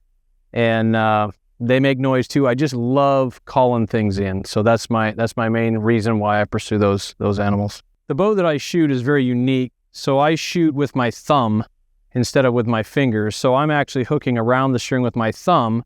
When you do that, it reverses the paradox of the arrow. The flexing of the arrow is different. So I shoot this way mainly because of the sight picture that I see. When I shoot this way, my eyeball, if you are looking from the back of an arrow, so if this was the back of the arrow, my eyeball sits at 10 o'clock on the arrow. And what that allows me to do is it allows me to see the arrow somewhat from the side so I can set the trajectory path from the side. And because the arrow is actually on the other side of the bow, I can still put the point directly underneath the arrow. It's what we call triangulation aiming. So in hunting situations, I can see exactly where this arrow is going without having to see a specific gap. I can really see the trajectory path of the arrow. That's why I shoot a bow similar to this. So again, this is a Wengard riser with some grizzly stick carbon QN2 limbs, which were made by Win & Win. The latest edition of these was back in 2014. So I've pieced this bow together with all of the best attributes that I can find. It's got a right-handed grip, again, a left-handed shelf, if you will. I like a long bow. This one's 66 inches, which is the maximum length that I hunt with because this is the height for my binoculars. So I can take this bow, I can set it on the ground, I can rest my binos on this without having to carry tripods or anything else. So that's the basics of why I shoot this system. I like a long bow. I don't have to deal with twisted limbs or anything like that. It seems to be a bit more forgiving than some recurves as well. Again, it's a reflex deflex type longbow. So this string is one that I put on this bow.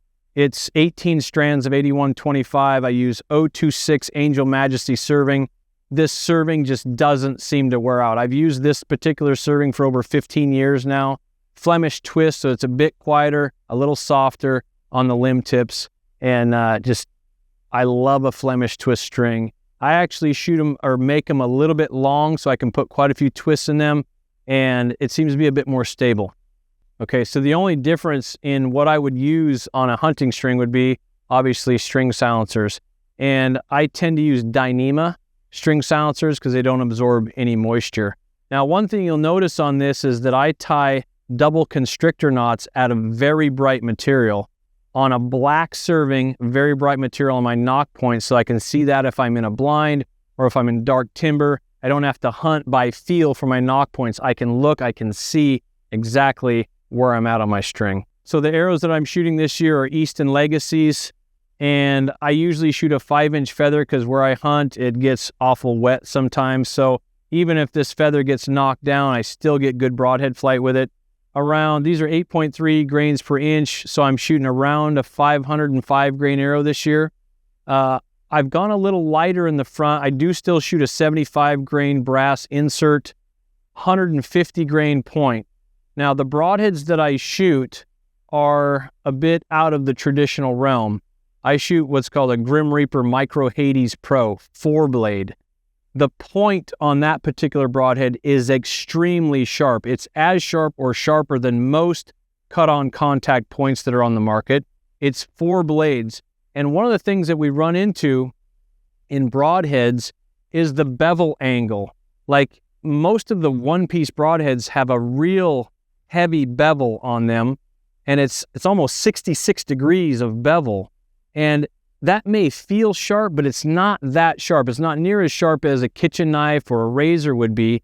When you get toward that 20 to 15 degrees of bevel, it's much sharper. So my broadhead flight is beautiful with this 4-blade, and the blood trails are amazing just because it's so sharp. Yes, it's a replaceable blade broadhead, but I have found it to be extremely effective. So the thumb tab that I use is custom made. We've got a video on YouTube on the Shot IQ channel on how to make these just out of a mechanic's glove. It's nothing more than a finger tab for your thumb. So this goes around the string, and then my finger goes over my thumb in this fashion. And you can also use thumb rings for hunting, but thumb rings aren't legal in competition. So I've always gone with a thumb tab so I can shoot both in hunting and in competition. So this again gets wrapped around, and when I load this particular bow up when I'm hunting, I can grab onto the string anywhere. I grab onto the string anywhere, and I turn my hand and just bump it up against the nock, and that gives me the proper crawl, if you will. This distance is always the same. So I'll turn my hand, bump it, and then turn it back. And so therefore I always have the same crawl for that anchor point.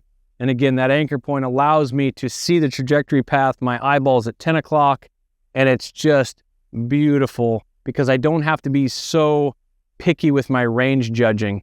I know 30 yards is point on, top of the rest is 40, my shelf is 50. I don't usually shoot critters that far, but I have the ability to see if it's closer than 30, I can really see that trajectory path. Talking about the shooting process on game animals, it's no different than my shooting process on 3D targets or a field course or a safari course. It's the same thing every time. So that critter's coming in, I'm watching him. Usually if I'm calling a bull elk in, I stay very relaxed. I stay tucked in. I've got my lock on my string, and I keep my limb in front of my face. So I keep both my eyes open, obviously, and I'm looking right through that bow so that the bow itself is shielding my face. I don't wear face paint or face mask or anything like that. I'm calling bulls in. The techniques that I use, they come in very close, and I have to be very keen to their body language. So I keep this thing in front of my face, and I stay relaxed. I don't keep my bow out here because I don't know how long I'm going to have to stay out here. So I just stay very relaxed, and then when it comes time to shoot, the bow comes out. I will then get to full extension. I'll draw the bow back, and I'll get the anchor point that I want. And you can see that my hat, I wear a hat like this so that it folds down very close to my face.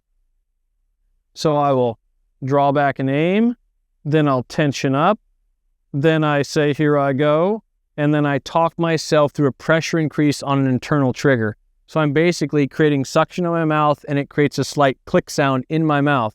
I don't know when it's going to click. I don't care when it clicks. My only job after here I go is to talk myself through internal dialogue, talking myself through a pressure increase on that bubble in my cheek. When that pops, that's a mechanoreceptive trigger that sends a signal to my brain sends the release motor program. So I shoot surprise break shots on targets, on game animals, no matter what. And I've made that decision that I'm going to shoot a controlled shot no matter what. I make that decision as soon as the shot presents itself. I'm going to shoot the shot with control no matter what.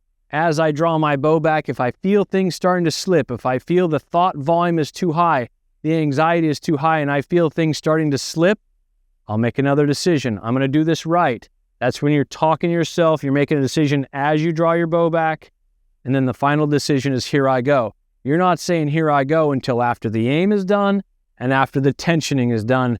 Then here I go. That ups your presence and readies your mind so that you can concentrate on the pressure increase on your trigger or on your hold or whatever technique that you're using.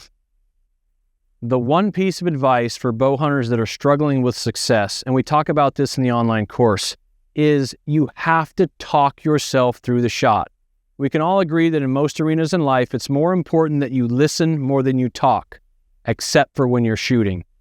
When the thought volume gets heavy, it gets almost deafening when that giant bull elk is standing in front of you, or it's that big buck of a lifetime. You're thinking, Oh my gosh, that thing is a giant. That's a thought. Thoughts have no instruction. Thoughts have no strategy. Thoughts cannot solve problems. So when that volume of your thoughts gets too high, you have to increase the volume of your thinking, which is your voice, and it's got to be the loudest one in the room.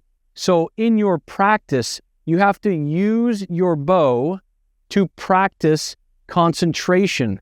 Instead of going and shooting your bow, go out and use your bow to practice getting loud in your own head. It's the ultimate skill of the human being.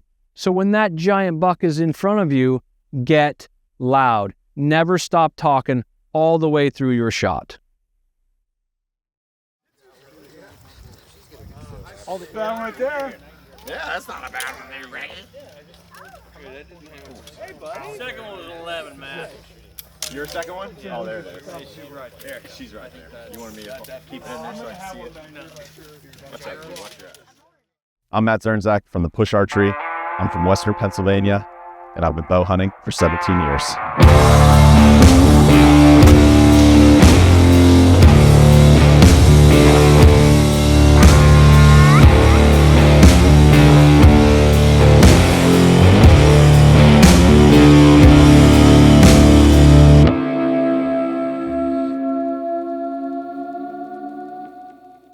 Primary animal I like to focus on hunting is whitetail deer in Western Pennsylvania.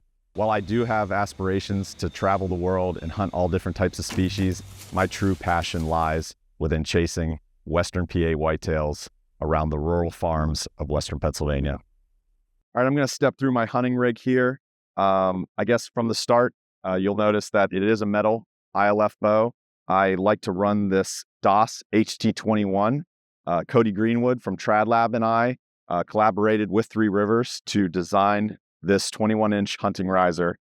I've hunted with 17-inch, 19-inch risers, but we wanted to design a riser that could be in a tree stand on Saturday and on the competition line on Sunday for any bow hunter that was wanting to dabble in bow hunting and dabble in target archery at the same time. So we designed this riser.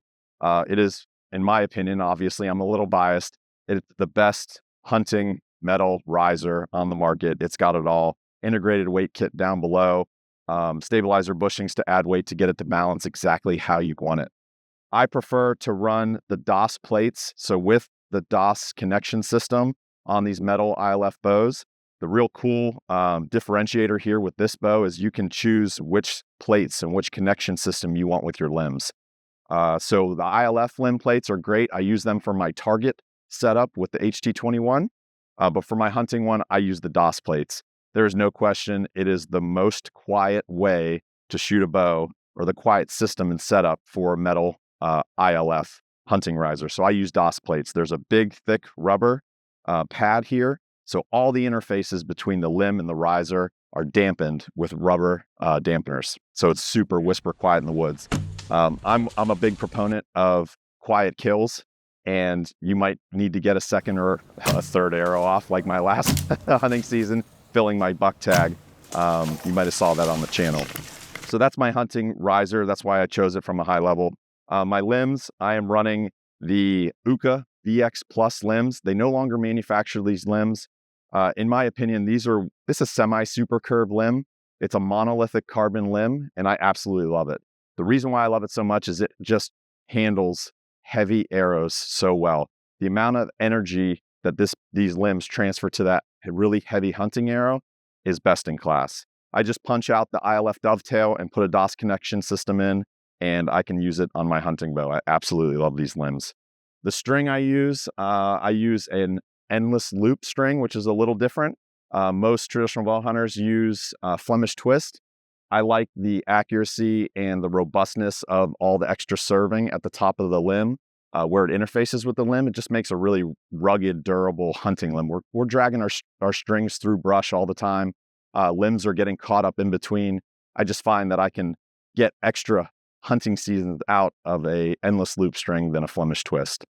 I do run 4 silencers, 2 on top, 2 on bottom. I do use these for tuning. If I'm right at the edge of a tune, I like to go ahead and move the silencers up and down the string to get my arrow flight and just make it perfect. You'll see on the string, I am running a fixed crawl, which we'll talk about in a little bit. Hopping back to the riser, where I interface with the bow. This is a custom grip. I usually use Jaeger low grips. I really like them a lot. But this grip is different. This is an R-Core grip. It's a custom one. It's a prototype that Eris from R-Core made me. And what I wanted to do is maximize the deflex of my riser. The more deflex in a riser, the more forgiving it is and easier to tune. And for hunting, pressure's high, man. You're shaking. It's so easy to pluck that string. So I am always looking for the largest window of tune I possibly can get, the biggest, most forgiving setup, and maximizing my deflex helps that. And you'll see in this grip, it's a little unique. It's cut so shallow that you can actually, the deepest part of the grip is the metal riser itself. So I'm not wasting deflex by having a grip that's built up behind the metal deepest part of the grip.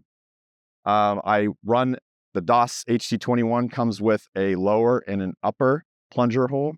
I run an AccuTune, which we offer on the website, thepusharchery.com. And I also put a springy rest on that. The springy rest is just super forgiving. Like I said, you're shaking, high pressure arrow, any imperfections in my the way my shop breaks, this springy rest is absorbing that. Springy rest can be a little loud because they are metal.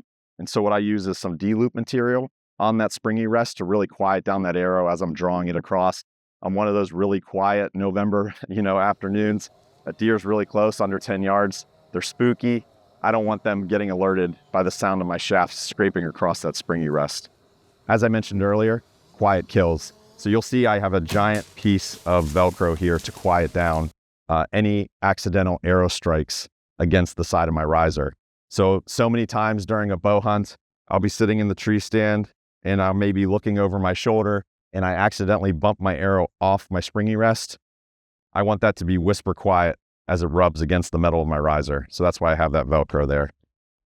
Aside from that, my tab I like to use, I am absolutely a Yost fan. I've been using Yost tab products for the longest time. I like the brass tab. I like the weight of it. I use it in my barebow shooting for competition. And there's just something about that heavy tab plate as I'm expanding in the right direction. It's just kind of like a momentum thing. I know it just may be in my brain, but there's just something about that heavy weighted tab. When that shop breaks, objects in motion continue to stay in motion. And so I just think it helps that direction of my shop break. A new product out on the market here is the Jaeger Artemis Yost plate. And basically it's a pewter casted piece of metal that interfaces with the hand side of the tab, has a nice finger spacer here. I do crawl down the string and I do shoot 3-under, so I don't need a finger spacer for like split finger shooting. But there's just something about the consistency of being able to pinch this rubber part, and there's no variability in how the tab is actually moving around in my hand. It's repeatable. It's always the same every time I'm interfacing with the bow. Moving on to my arrows. I do a lot of playing with arrows as we come into the season. Some arrows that I've used in the past are the Rip Stainless Steel Victory arrows. Also Day 6, I've killed a lot of animals with Day 6 arrows. But this past season, I started playing around with these Black Eagle Vintage arrows. And the reason why I like these Black Eagle Vintage arrows is A, they're cost effective, and B, they're the only arrow that really comes stock with really good tolerances in the 34-inch length. I'm a gapper. I use the tip of my arrow. I'm an aimer. And so the longer the arrow, the shorter my gaps are going to be. The longer I can have my arrow extending in my sight picture, the tip of my arrow is closer to the deer in my sight picture. So that's why I like using these. So when I'm tuning my bow, I try everything I possibly can not to cut my arrows and trim them. So I'm always playing around with tip weights and arrow spines first. And then once I get close, I'll start manipulating my AccuTune to get that perfect tune. I try not to cut my arrows. My broadheads of choice that I hunt with, and I've killed a lot of deer with these two broadheads, is the Cutthroat 2 blade. It's a 250 grain broadhead. It's just awesome. It is deadly, and I really enjoy it. And there's some other features about this broadhead that I really like, and I'll talk about with my aiming system. The other broadhead that I used this primarily last year, is the VPA 3 blade, 250 grains. It's just an awesome bomb-proof 3-blade head, easy to sharpen, and puts the deer down fast. I really like it a lot. Full length arrow, like I mentioned earlier, these are 400 spine arrows. I think I forgot to talk about my draw weight. As I've been hunting, when I first started getting into traditional bow hunting, my bows were 58 inches and 55 pounds at my draw length. Over the last 17 years, every single season, my bows seem to get a little bit longer and a little bit lighter in draw weight. So I've settled in on the perfect length bow for me personally is 64 inches. It's really forgiving, it's stable, and it makes it an easy transition from competition archery over to bow hunting after I finish up my last competitions in the summer and I'm transitioning into that early September season here in Western Pennsylvania. My draw weight at my draw length is right around 42 pounds. So that sounds like not a lot, right? I know I can handle more, but there's just something about the mental execution with lightweight. It also makes it an easier transition from my roughly 40-pound bare bow. And when I move into hunting season, I'm just jumping up a few pounds and I can really handle my business mentally, come back to anchor. I'm not stressed when that animal's sitting in front of me. And with new limb technology, arrow technology, our understanding of tuning, broadhead technology, you just don't need 55, 60 pounds anymore like we did, 20 years ago. Tuning is something I really prioritize as we're coming into the season. With running light draw weight, the tune is everything. It maximizes your downrange penetration, it quiets your bow down, and it just makes your lethality go up. On the back of the arrow, you'll see I have 4 4-inch parabolic fletchings. Every arrow I walk into the woods with are chartreuse. This chartreuse color just glows at low light. So it's really important with bow hunting that you know where your arrow struck that deer so you can come up with a proper follow-up plan. There's nothing worse than executing a shot, not being able to see where you hit the animal, and you start the follow-up and trailing too early and you bump that deer out of its bed. So I like to make sure I'm doing everything I possibly can to make sure I know exactly where I hit the deer. As I'm putting my arrows back onto my bow, one very important piece of equipment is my bow quiver. I run the Selway slide-on bow quivers on all of my bows, even if they're ILF or they're my wood bows. Every single one of my hunting bows have a Selway quiver on it. I've tried the other quivers on the market. The Selway bow quiver, specifically the slide-on, is by far my favorite. They're bomb-proof. The people that run them, Drew Kohlhofer, Andy Kohlhofer of Selway Archery, just awesome people, salt of the earth. I support them at all costs, and this bow quiver is best in class. It's unbelievable. Okay, for my hunting bow, the way I shoot it, if I'm being completely transparent with you, I don't shoot this bow super well with field tips. I use the broadhead as an aiming device on my hunting bow. I do run a crawl. It's about 1 1/8 inch crawl down from the nock. And with my anchor, what I'm able to do, and the reason why I like the VPA 3 blade and the cutthroat broadhead, is when you look at the back of the broadhead from the shooter's perspective, the width of the broadhead blade is very thick. And that makes an awesome aiming post sight in my sight picture that I can use as a reference to that animal. So what I like to do is I actually use a white paint pen and I mark the back of the broadhead with white paint. It makes a perfect low light post sight when I'm shooting at a whitetail. So how my aiming method works, with me being able to bump up to my fixed crawl, I use a brass knocking point all the time on my hunting bows. I know there's some people that tie on an additional piece of serving or knocking point. What I've found in high stress is as that deer's coming in, I don't want to take my eyes off the deer. That's why I don't string walk for every distance when I'm bow hunting. That deer's walking in, I want all of my attention on that animal as he's approaching. I want to just be able to slide my yost tab, the brass part of my yost tab, and I want that to hit that knocking point like that. It's so repeatable and it's a hard contact. That vibration translates through the metal tab and it just tells me everything's ready to go, locked and loaded, let's roll. So what I do when I get to full draw, the very tip of my broadhead blade in my sight picture is a 20-yard point on.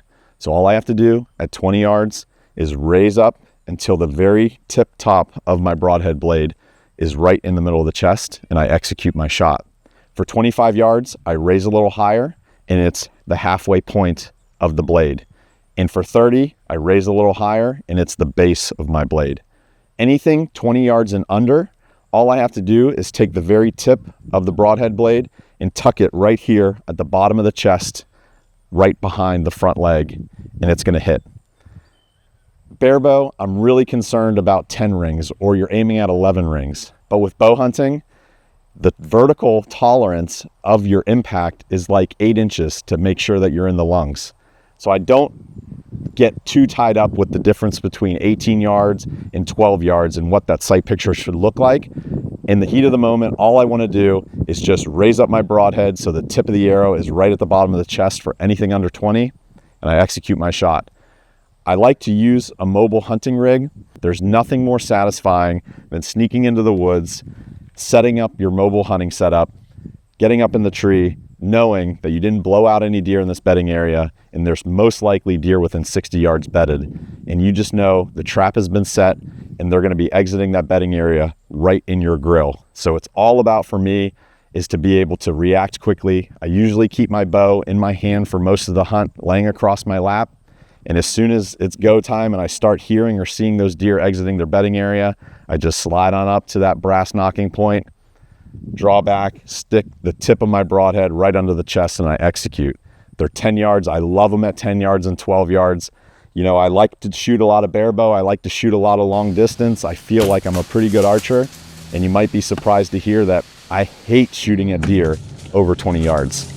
If I could prefer it, I would have every single deer I shoot at 12 yards and under.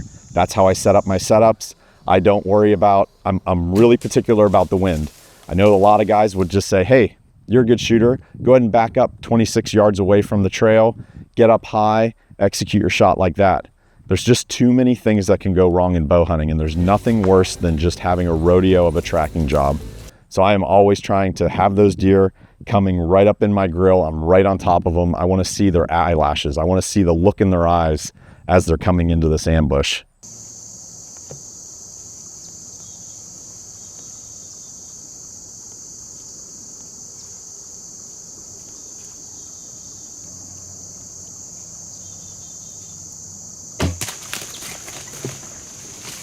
My shot process when I'm shooting at a deer really starts whenever I first lay eyes on that deer. You get an adrenaline dump immediately. When that deer steps out of that bedding area, my heart rate rises, my breathing gets a little erratic, but the big trait that I battle is really shaky hands. Some people get their knees knocking, some people can't catch their breath, but I get really shaky hands. In the past, I've really tried to take those symptoms and try to calm myself down in the moment. But in the last couple seasons, I've learned to just embrace it. I know I have a bomb-proof, repeatable shot process. I know I have a system, it's blueprinted. And so that gives me confidence. I can just let those symptoms come in, enjoy the moment, and I am always on the ready. I have my hand nestled into my bow grip. I am bumped up against my brass fixed crawl, and I'm ready to go. I'm staring at that target. I'm watching that deer. I'm wanting to see exactly, I try to tunnel vision look at that animal and make sure I'm maybe predicting where he's gonna go. I'm looking 10 yards ahead of the path. There's my shot, it's gonna happen there. I might slowly, I'm watching the animal, making sure I'm not gonna get caught moving. I'm setting my body up for that shot over here as this deer's progressing down the path, and I'm getting ready for that moment. Once the shot is imminent and I know it's happening, I do a couple things. I do run a triggered shot. Personally, I just think it gives me an end goal for my shot. Whether it's a limb-mounted clicker, a grip sear, a tab sear, an internal trigger that Jules talks about, I use my ring finger against the edge of my grip.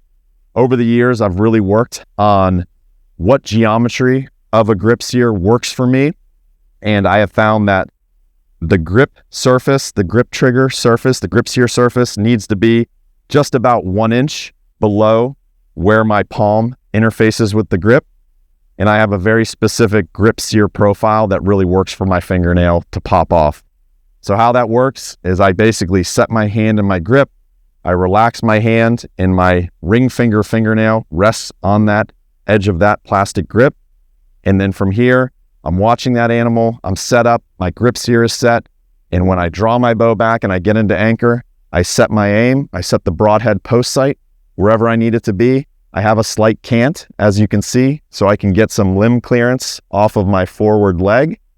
And then if everything looks good and the shot is a green light, I start expanding through the shot, and I have a very regimented, blueprinted mental program. I am screaming at myself.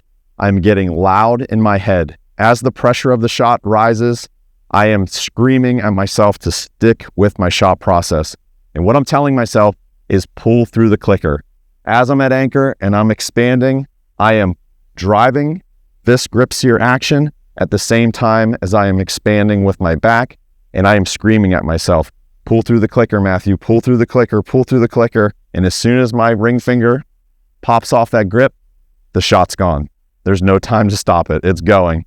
And if I do that process right, this fingernail pops off the grip as a surprise. 99% of the time, that arrow is striking exactly where I want it to go, and I have a fuller freezer. If you're a bow hunter struggling with success, one piece of advice I would give to you would be to practice the skill of being able to identify your weakest link in your entire bow hunting game. If it's getting in front of animals and finding the animals, you need to be practicing scouting. You need to be looking at where the deer are. It doesn't matter how good of a shot you are or how sneaky you are. If you're entering the woods and there's no deer there, you're probably not going to kill a deer. So find the weakest link. If it's your shooting, buy an online course from us. Find a mentor locally. Work on your shot process until you make that not your weakest link and move on to the next thing. Having a continuous improvement mindset is what's going to set you apart, and you're going to find success in short order. Jump in, let's go. It's 50 yards. Come on, you can do it. Oh yeah. Oh yeah. Oh yeah.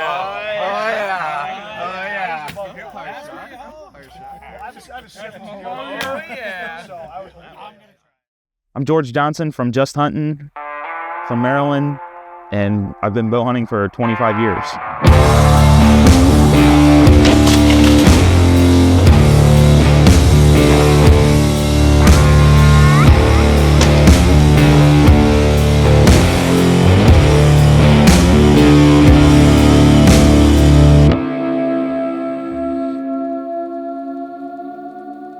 The animals I like to hunt are whitetail predominantly and turkeys.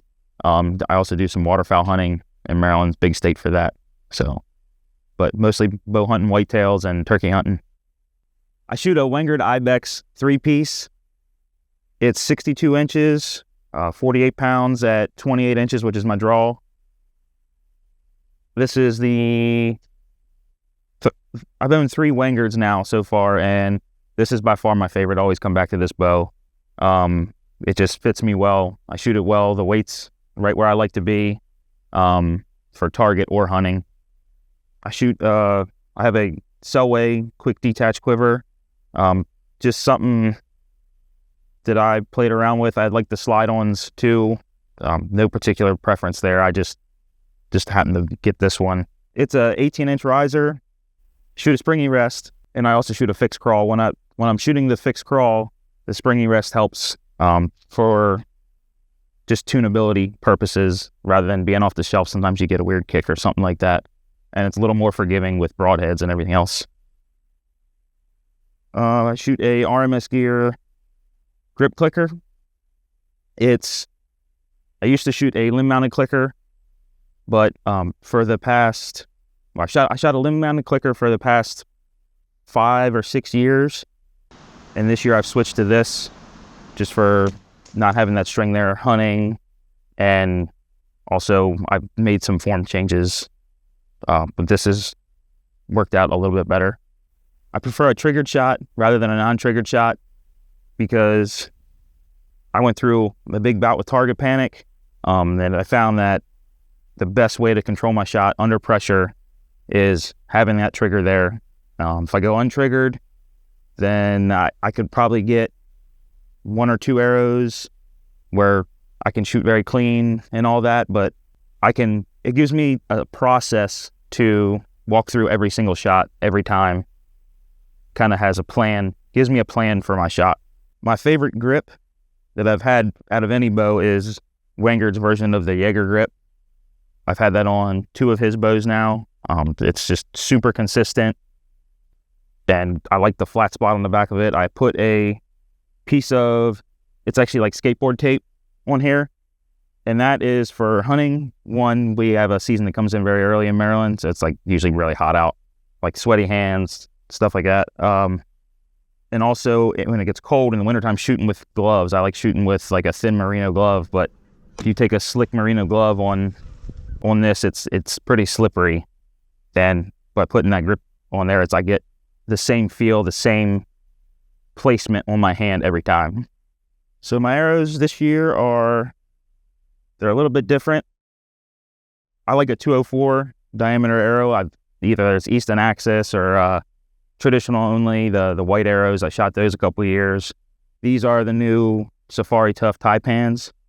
I just got them probably a month ago or so and tuned them up. They're 350 spine. I shoot a 250 grain point with a 50 grain brass insert in the collar. I also shoot a knock collar. The broadhead, my main broadhead for hunting, I like to dabble in broadheads for hunting. I change a lot of stuff. I like testing out new broadheads. But the most consistent I've had the past couple of years has been the iron wheel wides. I've had absolute unbelievable performance with them. Out of this bow, which is, like I said, is 48 pounds, penetration wise has been phenomenal and very good edge retention. Blades, they don't, unless you hit rocks or something, they don't get chipped up or nothing like that. So like I said, this is a 350 spine. I shoot trad vanes with a white wrap. Like I said, past couple of years, I've shot some of the traditional only all the bare bow arrows. I like the white arrow. I gap shoot with a fixed crawl. So I like that white arrow, but nevertheless, even for hunting, I like white. Just shows blood easy. Like if you make contact with an animal, like it shows up a lot better than just on the black arrow. And I can see it even without like a Luminoc or anything like that. But I use trad vanes because a lot of the places we hunt are wet, swamps. Even if you go in the morning and it doesn't rain, you have dew on high reed grass and stuff like that. You get to your stand and feathers are matted down and wet, and it's just not fun. So I went to these a couple years ago and haven't looked back. That's all I use is trad vanes, unless it's on wood arrow or something like that. But for carbon arrow, this kind of setup, like it's either in a 3 or 4 fletch configuration. The 4 fletch configuration I have found is a little more stable for broadheads. I can get away with a plucky release or something of that nature, and it straightens stuff out pretty fast. Whereas the 3 fletch, you may get on a bigger broadhead, you may get some wild, plain here and there. So I shoot a Yost tab. This is a brass one with the marks. I like the marks because when I'm tuning my setup, I run a fixed crawl, and when I'm tuning, I can kind of walk down, string walk, and figure out where my crawl needs to be without actually having a knocking point there. Helps for tuning. I did switch this year for the material on the tab. It is a new company that came out. It has like a Cordura face instead of the leather, and it's like super slick. I haven't played around with it much before this weekend, so this is kind of like the trial run for it, whether I go back to the leather or not, but it seems to be pretty good. Durability, I don't know about, but it's really slick. Come off the string really nice. But yeah, the Yost tabs, I have the regular Predator tabs, or the brass ones, or they're my favorite, hands on. They fit my hand good. So I shoot a fixed crawl for hunting. Actually, Glenn got me convinced that I used to shoot instinctive, purely instinctive. And I had, not all the time, but sometimes you'd shoot high on animals, especially at close range. So went to this, and I don't run a very big crawl. I run a very shallow crawl. It's a 30-yard point on, which for whitetails is kind of far, but it lets me, when I come to full draw at 30 yards, I have point on. At 20, I'm holding with a gap just under the chest. And then once they're inside of 20, I kind of go back to my instinctive type shooting. And I'm just picking a spot, and it's kind of like a feels good gap there. So when I'm set up and I'm in a tree and a deer's coming in, I'm looking at, shooting lanes or wherever I'm going to pick a shot, and angle of the animal, all that stuff goes into it. But when the deer comes in, and say the deer comes in and it's at 15 yards and turns broadside or slightly quartering away, which is what I prefer. When they come in and I know like, hey, I'm going to get a shot at this animal. So then I go through my process of, you know, I have a set process that I went through to kind of get rid of my target panic in the past. And on the range, it's very step by step, take my time.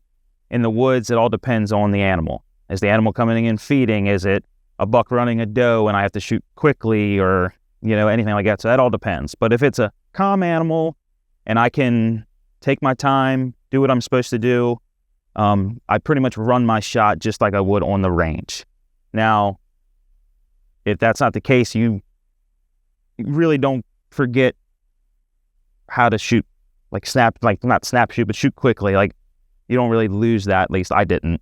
So if animal comes in quickly, I got to make a fast shot. It's not a big deal, but I limit my range on that. So if I have a deer and say like, I'm comfortable at 25 yards on an animal that's feeding and calm with my process, if animal comes in quick, I know I have to do a quick shot. Well, I may say like, nah, they got to be under 20, you know, or under 18 yards or something like that. They got to be a little bit closer because my room for error is greater.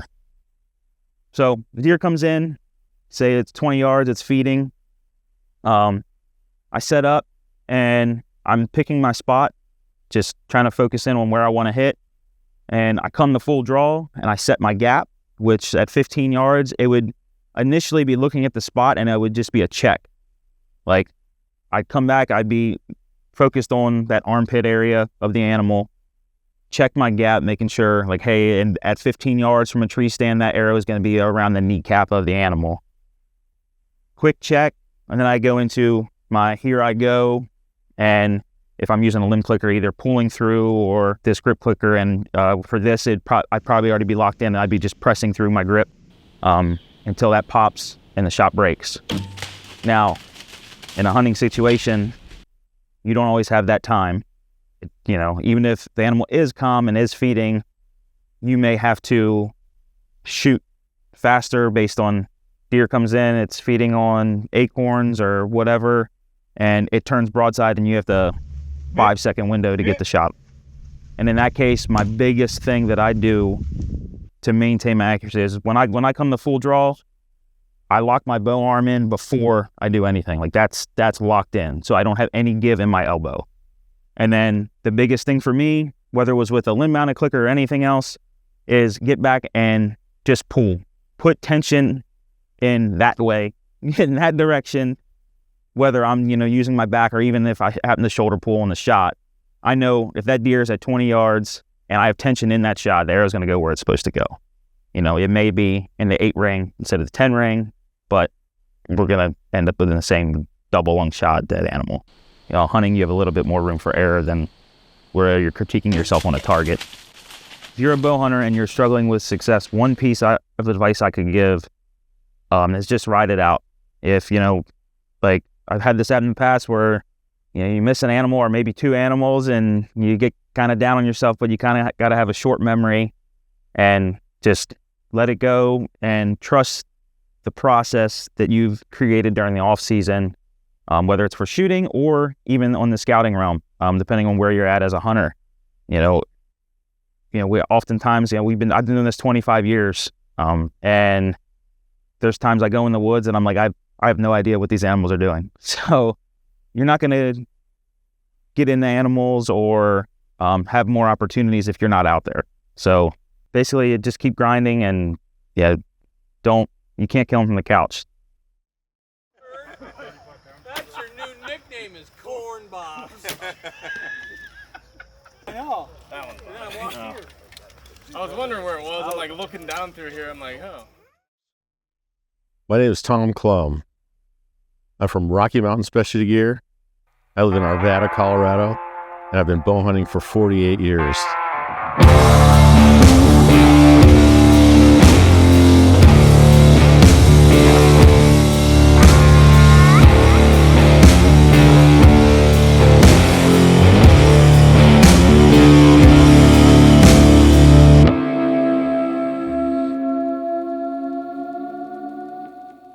I'd say, I guess the animal I'm most passionate about hunting was the elk. You know, I've done that since 1976 when me and my best buddy decided we're going to be elk hunters. We got backpacks on and we trucked up into the mountains and we hiked around the mountains for 20 days and never saw an elk.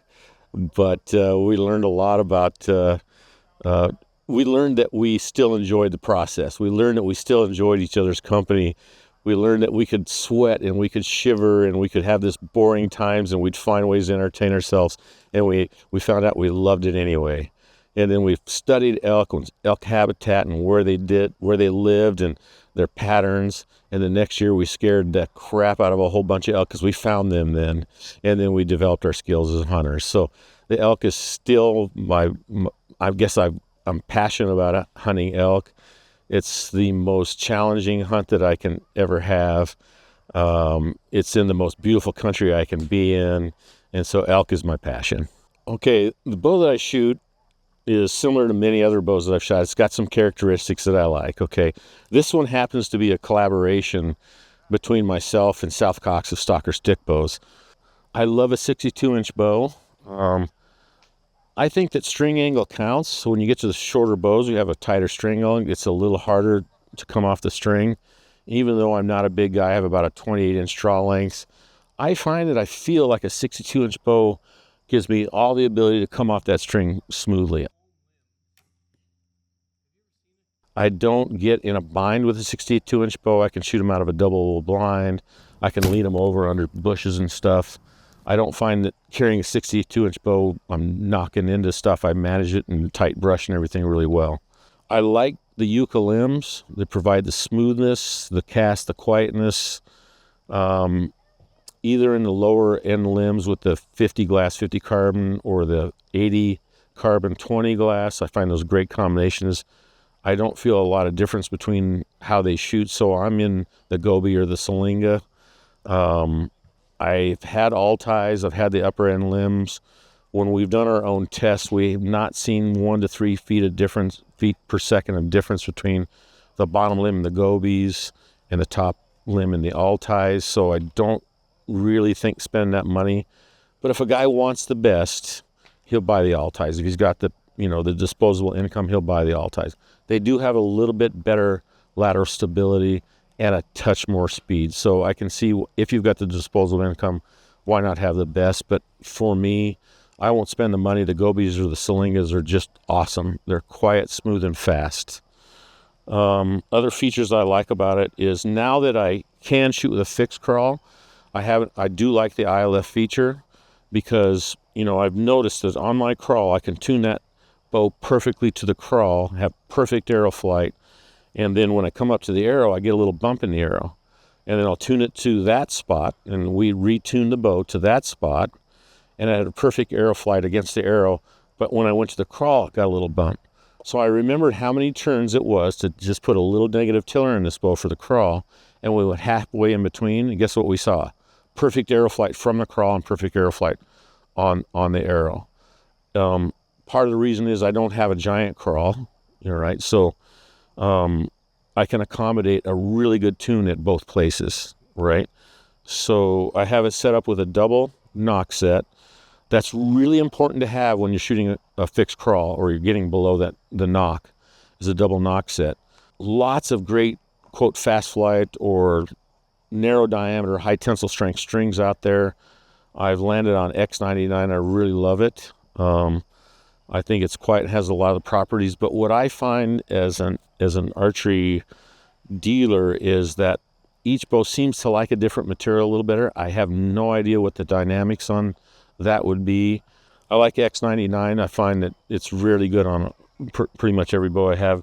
But really, any of the modern strings are fantastic. Pick one and see how it matches your bow.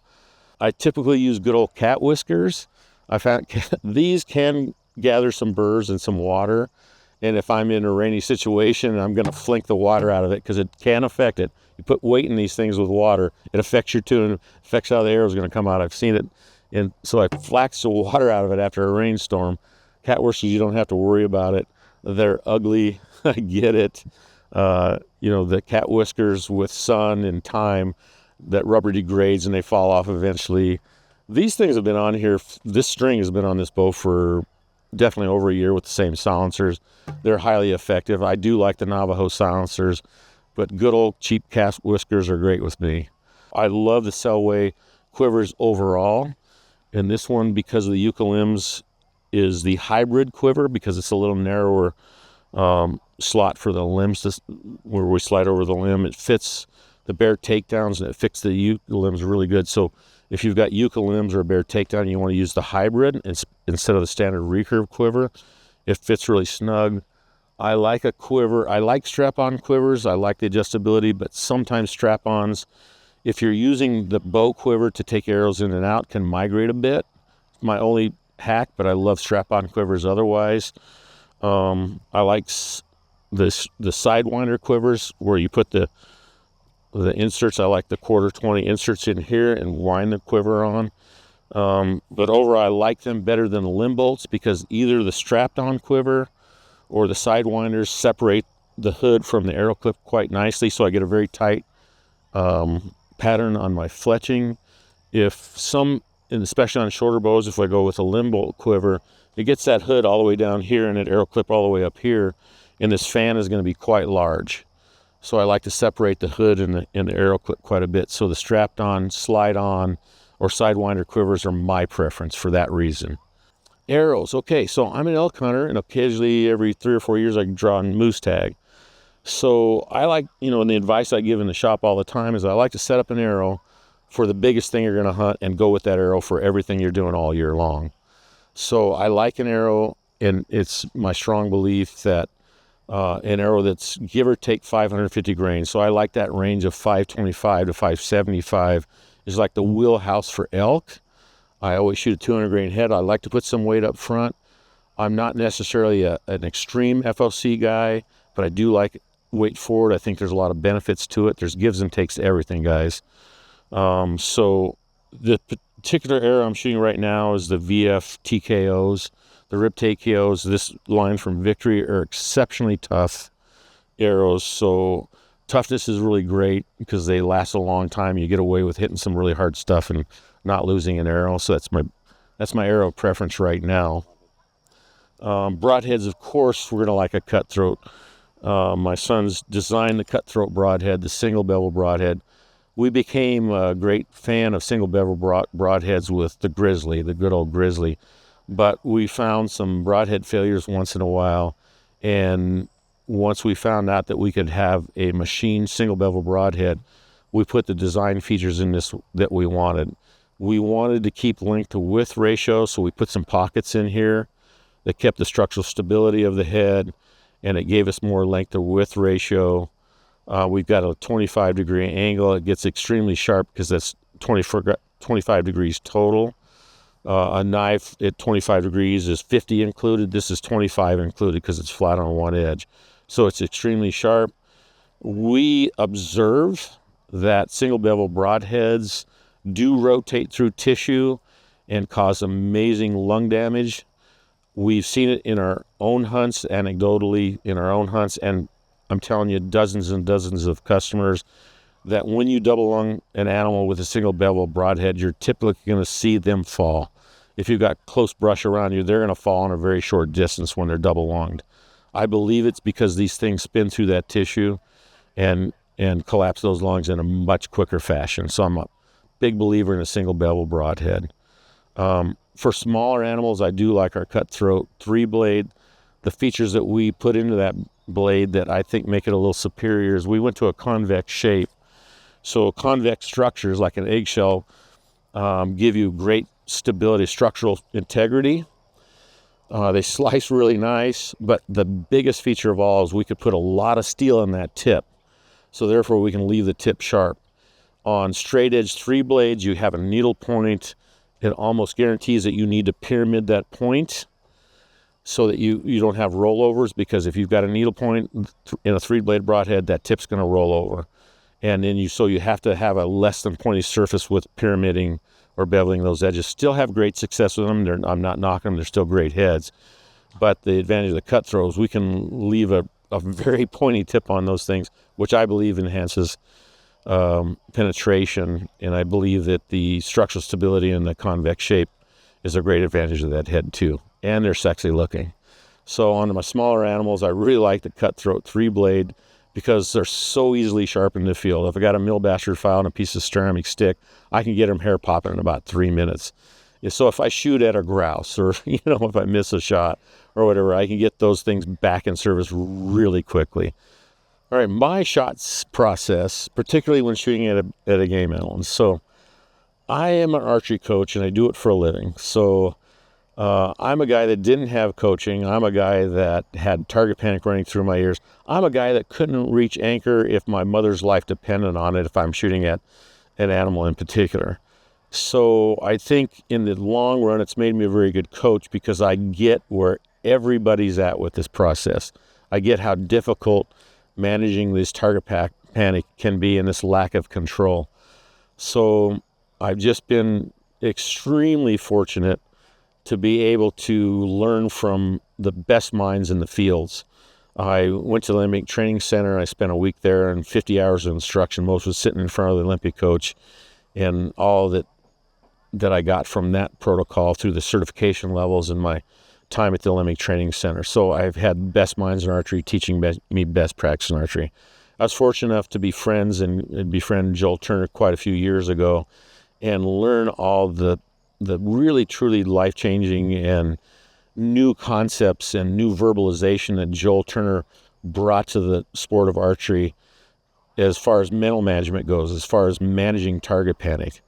I've got movement experts that I counsel with to teach me the mechanics and the techniques to teach movement and learn how to keep your joints safe, particularly the shoulders, at an even higher level than I learned at the Olympic Training Center. I have certain elements in my shot that I know are weak spots that I might fail in. Those are things I'm definitely going to include in a sequence, even when I'm under the stress of shooting at an animal. Now, on an animal, I am definitely going to rely on a lot of my training. I want my mental management to be very simple and very specific. And it's going to address my personal problems. Because I didn't learn to shoot archery properly right from the beginning, I built a really hardcore link between the aim and the release, like so many of us have done. So if my brain sees an aim, that release is linked to it in a neural connection, right? The reflexive part of the brain is going to link a release to the aim. So the only thing we need to do to override that is we need to be in conscious control of our process. We've got to be giving directions out of the upper brain, the thinking part of the brain, what we call executive function. So when we're overriding bad links or bad habits, the way to do that is to be talking yourself through an override of things that would happen from the lower part, the reflexive, reactive part of the brain. If we don't want that link between aim and release to happen, we need to be talking to ourselves through the upper part of the brain where we're thinking clearly the whole time. So knowing that if I come up here and I just stop talking, stop directing myself, as soon as aim is seen, the shot's going to go and there's going to be no control over that process. I'm rattling off conversation in my brain like crazy when I'm under stress. So it sounds like, I'm going to rely on a lot of my training to get into holding position. I'm going to rely on that training. When I'm practicing, I put a lot of consciousness into a step-by-step so that I can rely on this process of getting into holding under stress of a hunting shot. And I found it to be very reliable. So I don't put it in the mental sequence under a hunting shot because I don't want to have to think too many things. Here's the two things I need to think. I need to think that I am going to let the bow settle, that I'm not going to shoot on the first aim. And then I need to think and direct increasing tension through the string on a triggerless shot. So relying on my training up here, I'm telling myself, and I'm talking to myself that I'm going to let the bow settle, that I'm not going to shoot on the aim. I'm going to aim and let it settle, let it settle, let it settle. And it's like that. So I'm coming up, I'm coming in here, you're going to let the bow settle and you're not going to shoot. Let the bow settle, let the bow settle. Oh yeah, right there, baby. Now I'm going to have a really slow press and I'm going to press this slow through. Now, that was an elongated version. That might have been double the time of how this process works out on an animal. But you'll notice one thing about that speech that I'm directing my shot through. The speech never stopped. And here's the key, and this is what I teach, but here's the key. Because I'm coming up here and like, let the bow settle, let the bow settle. Okay, it's settled. If I stop talking for that moment, the reflexive part of the brain is going to step in and link that release to that aim. Because I'm not overriding the reflexive action that I've battled for decades, right? So if you notice, I come in here and let the bow settle, let the bow settle. Now I'm going to start an easy press, slow press. So see what I mean? And now I'm going to start an easy press. I never stop talking, because if I stop talking, the shot goes off. That reflexive part of the brain is going to step in and finish it for me. Because here's the deal. The reflexive part of the brain, where the defense responses lie, the fight, flight, freeze, fawn responses, get first crack. All those reflexive links that you've built over months and years of shooting, that part of the brain gets first crack at everything that comes in through your senses. So what it's going to do with aim, it gets first crack at it. If you've linked a release to the aim because you're trying to catch the aim, or you've let that degrade into that, that's what's going to happen unless you're overriding that. Now, if you were taught properly and you don't have that link built, it's very easy to come into an aim and just settle on it and remember to start your attention and finish your shot. But for me, because I was such a mental wreck for so long, because I had target panic running through my ears, that instruction from the thinking part of the brain has to start right here, and it has to continue the conversation all the way through the end of my shot. And so sometimes it's very frantic if I'm really excited. Sometimes it's really calm speech when I'm not so much. But I'm literally telling myself to let the aim settle and let it settle. I love that aim, and I'll start pressing through. Something like that. Okay, the question to me is, what's my advice for people struggling with success? So me, I'm like, okay, which kind of success? Killing something, shooting well? There's a lot of failures in success, but my mind kind of went to this. Like I said earlier in this conversation, my first year elk hunting, we got backpacks on and we were all fired up to be elk hunters. And we put 20 days in the field off of backpacks, and it was grueling. It was physically grueling. It was boring. We were shivering. We were sweating. It went through all this physical stuff, right? But we had no expectations. There wasn't the internet then. There wasn't Primos videos with this guy blowing on a bugle and having a giant bull elk walk out, and this guy standing in a 2-track and he smokes a big bull. There wasn't any of the social media showing how hardcore hunters get it done. There were no expectations for us.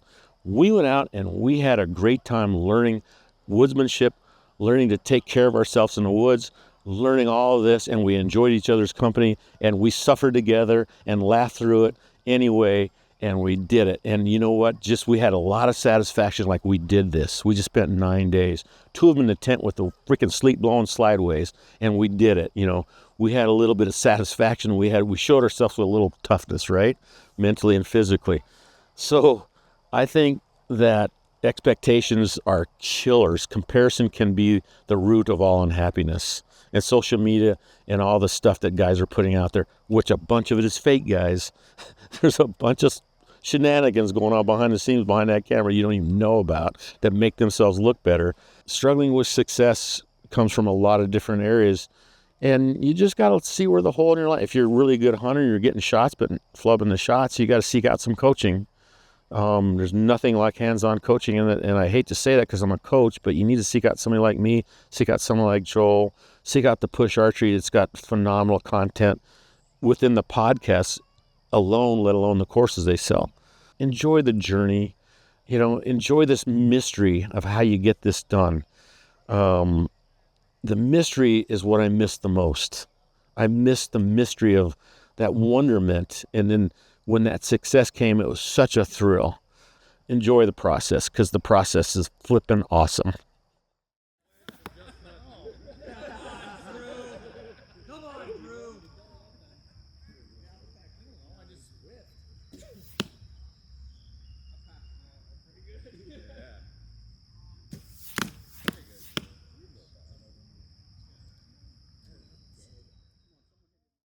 I'm Mike Varady, East Coast Stick Bow YouTube channel.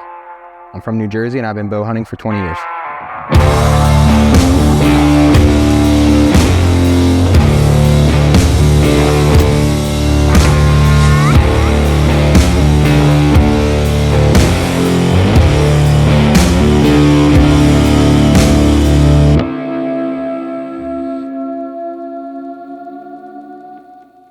right, so my passion for bow hunting whitetails started at a very young age as a young boy, 10 years old, convulsing over a spike. Didn't shoot my first buck till I was 16, which was a forkhorn that made me just lose it. Shot my first rack buck when I was 18, and that changed the game for me. Like, there was my parents made a big deal out of it. We had a barbecue in the driveway, and everyone came over, and that's pretty much what changed my life. So the bow that I primarily whitetail hunt with is a Black Widow PA. It is 62 inches, 43 pounds. I shoot pretty low poundage. I started with a 55 pound bow and quickly realized that, not for strength reasons, but for mental reasons, that I shoot a lighter bow better. My Black Widow is a G10 riser, carbon limbs. I shoot a recurve over a longbow just because I like the mass weight. I felt like I shot a heavier bow better, heavier physical weight better. I shoot a Selway slide-on quiver. It's a one-piece bow. I prefer one piece because I'm a little bit of an overthinker, and if I get caught in a downpour and I don't have to worry about moisture getting anywhere, one-piece bow is completely sealed. The Selway slide-on fits a one-piece perfect. I've never had one budge, move. They're absolutely bomb-proof. I shoot a stop-the-drop arrow gripper. So basically, I'm sure everyone's had an arrow blow off their string in the tree stand. You get a gust of wind, you're looking down, your arrow's sticking out of the ground. The arrow gripper holds the arrow right until you're ready to fire, and I don't even think about it. It holds my arrow there. As soon as I put tension on the string and start to draw, it pops off and I'm ready to go. It's nothing I don't even think about. I don't even know it's there. So my string is a stock Black Widow D97 Flemish to a string. I reserve all my strings myself with .21 Halo PCY material, just because I like the way I do it, and it fits my nocks perfect. As far as knocking points, I use a constrictor knot with 50-pound Dacron fishing line. And string puffs, this is also D97. It's essentially string material. It's D97. It sheds the water very well. So if you get caught in a downpour, sometimes I just got to give my string a little pluck to shed the water.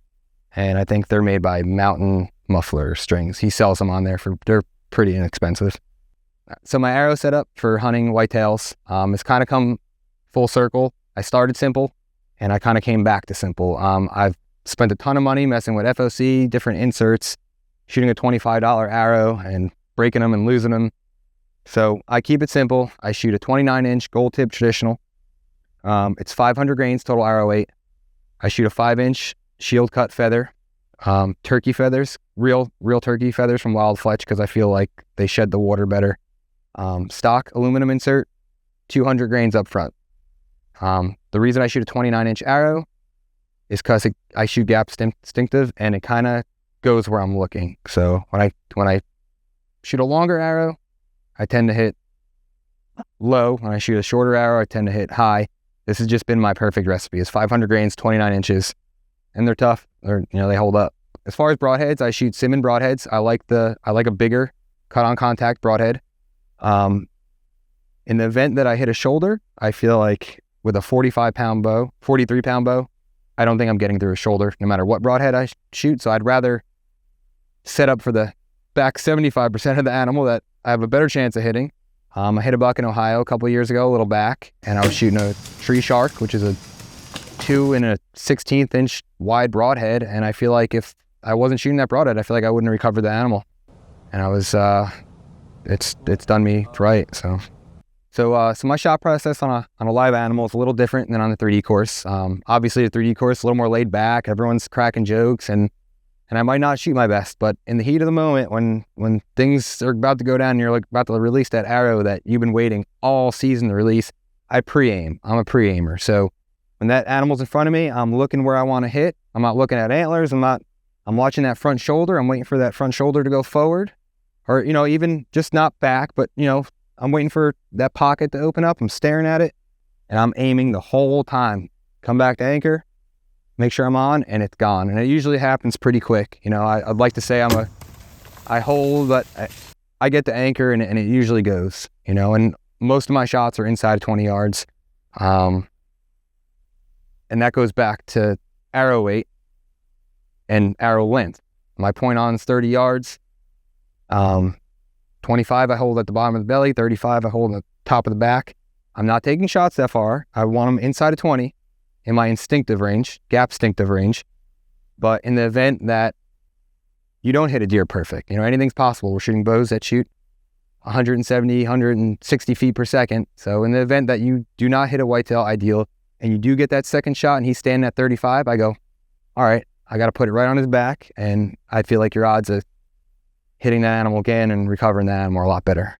So when I see my target buck and he's 50 yards down the trail and I know I'm setting up for the shot, I'm really like, I've been bow hunting long enough that I've had things not go good and I know what that pit feels like in my stomach. So I'm really trying to talk myself down. You know, I'm going, don't, excuse my French, but don't F this up. Don't, you know what that feels like. Don't make this count. Take your time. And it's just a mental, I'm talking myself down the whole time, talking myself down. And I don't know, you know, a lot of people ask you, would you rather spend more time with the animal? Does that calm you down? Or would you rather it happen quick? And honestly, I think I would rather it happen quick, you know, because it seems like for me, the more time I have around that animal, I start chomping at the bit, and that leads to rushing shots. And sometimes you just want to get rid of the arrow, but I've been there, done that. So I like to just talk myself down, stay calm. Yeah, as far as preparing for the shot, like physically, usually my ass is planted on the tree. I kind of use that as a pivot, you know, so I'm always like, that's my pivot, you know, like that reminds me to bend at the waist, you know, because I'm standing like this, a lot of funky stuff can happen, but that, my ass on the tree is kind of like my ground, you know, like that's where I'm bending, that's where I'm pivoting. So, all right, so this is Mud.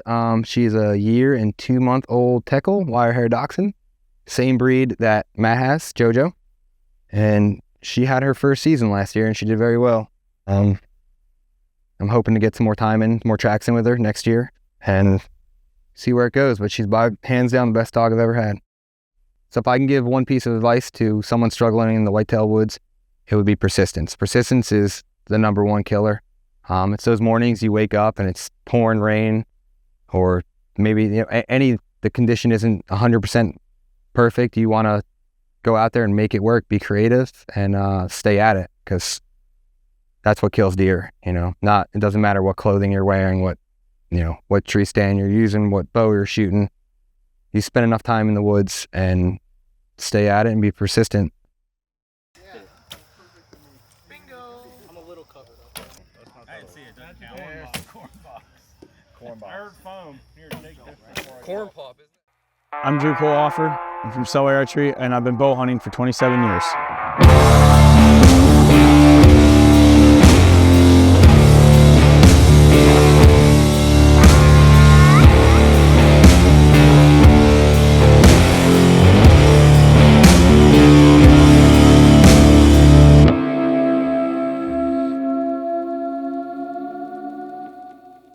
As a bow hunter, I'm most passionate about hunting elk and mule deer, mostly because of the places that it takes you. But as a young kid, you know, I grew up bow hunting. I grew up in the space of watching VHS videos instead of cartoons. I wanted to be an elk hunter my whole life, and my dad started his elk hunting career when I was pretty young. So I grew up that need, that want to drive, that want to go. Dad's doing something without me, you know. And then on top of that, I'm watching the Primos videos. I'm watching Larry D. Jones, and I'm just consumed with it. And then, you know, I finally get to go, and it was everything I thought it was going to be and more. It lived up to the expectation. And just like growing up, I watched my dad have failures, and I watched their successes, and I had this thought in my mind that somehow I was going to do it better than they did, right? And I showed up and I got a slice of humble pie immediately, and it just made me more determined to succeed at this. So every year that we got to go, I was learning a little bit more. I was adapting everything that I had learned growing up, just hearing about the stories and being exposed to great elk hunters like Gordy Mickens, and picking his brain all this time, and I'm putting all these skills to use on top of learning new techniques that guys are talking about, and I'm adding that to the kit, and I'm starting to get better. More opportunities are coming, but I'm really struggling with the execution on getting the killing arrow in. And that just, it took me to get to a point of spending enough time around guys who are a lot better than me and learning from them everything that I possibly can, and then having the fortunate, ability to be around guys like Tom Clum and Joel Turner. And, not only are they experienced archery coaches, they're really good elk hunters too. So, having that exposure to all these things and then putting them into play, not just listening to them, but taking what they're saying to me and putting it into play. And, and then finally having that success, when it finally happened, I got to the point where I was pissed off enough that I was going to make a killing arrow on an elk or not. And or nothing else mattered to me at that point. And, to be able to do it, yeah, it's great. But mule deer have slowly crept in there as well. And I just, it's the cat and mouse game.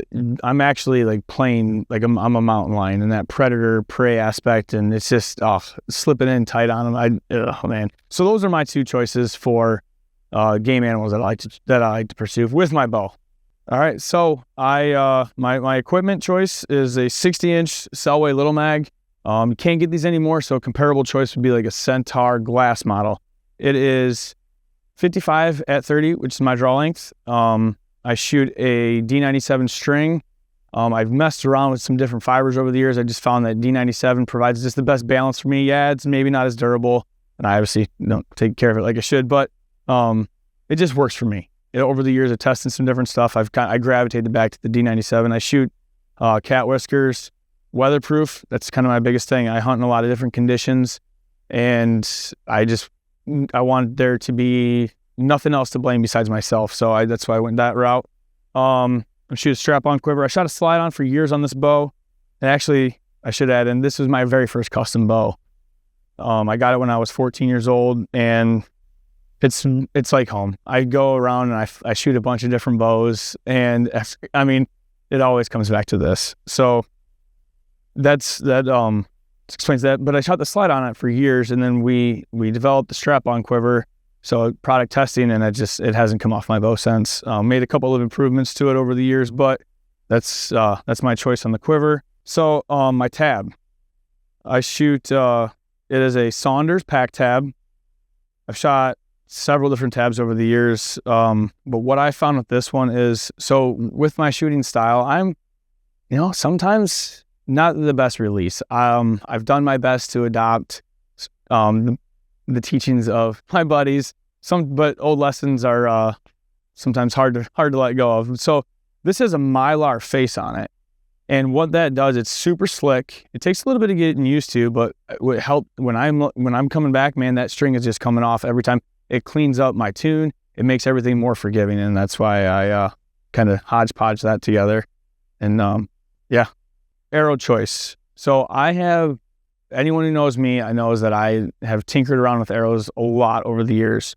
What I've settled on is the Black Eagle X Impact, a 400 spine with 250 grains up front, and that total arrow weight is right at 500 grains. I know a lot of guys think that they might be on the lighter side, and honestly, what I have come to find out, that it's more important to be accurate. So I would rather have you shoot, if it's a lighter arrow setup, I would rather see guys shooting a more accurate setup than necessarily a heavier setup, just because of what they've read or heard or some studies. There's plenty of guys who have shot a lighter arrow like that and had a lot of success over the years. I'm also a broadhead junkie. The arrow in my quiver right now is tipped with an iron wheel wide. But if I was at home or it's hunting season, my quiver is going to have a Simmons Tree Shark. It's going to have a cutthroat.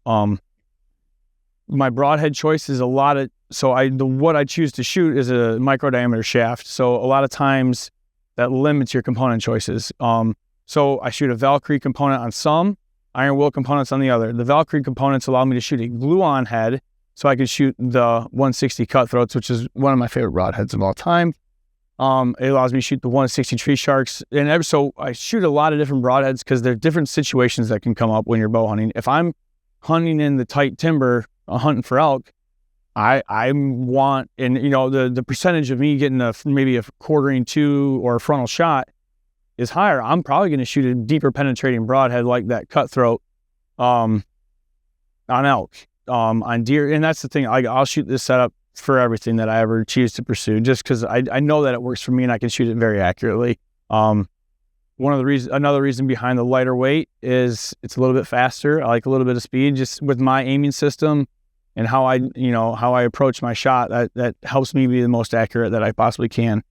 So how I shoot, I grew up your feet shoulder width apart, you know, good strong bow arm, you know, middle finger to the corner of your mouth, pick a spot. That's how I grew up shooting. Shot that way for a long, long time. Then I was fortunate enough to meet some guys who showed me that the tip of the arrow can be your friend and kind of extend your range as a bow hunter and at least get more accurate at longer distances. And my gosh, so I started doing that and I had a lot of success doing it. And I almost wanted to shoot it that way all the time. Every target I wanted to shoot at was 45, 50, 60 yards. And I fell in love with that. Well, what I found was I became a slave to it. And that 18-yard shot that I'm bow hunting for, I mean, I would muck it up. I'd shoot high. It got to the point where I was relying on the tip of my arrow. And I was getting away from what I knew. So what I did is I kind of took those and I meshed them together and call it gap distinctive, if you will. But I know where my arrow is, but I'm really focusing in on that spot as well. And that's how I've gotten to the point where I'm at now with my shooting. I don't shoot a lot. I've kind of stepped away from being an archer and I'm more focused on being a bow hunter. So I'm shooting 1-2 arrows a week at most. And that helps me stay fresh, helps me stay accurate. And the biggest thing, it helps me stay confident. And confidence as a bow hunter is the absolute, in my experience, over all the lessons that I've learned, having confidence will kill more animals than anything else. So if you're a bow hunter, if you've done it 25 years like myself, if you've done it 2 years, if you're just getting started and you're struggling, biggest piece of advice that I could give to someone looking to add more success into their bow hunting would be spend more time bow hunting. Instead of going to shoot your bow at a weekend like we're at ETAR, maybe spend that 3 or 4 days set aside and put that on the back end of a hunt, because what's going to kill more animals is more time afield. Oh, we welcome you back, even though you spent your half. Oh my goodness! On a board.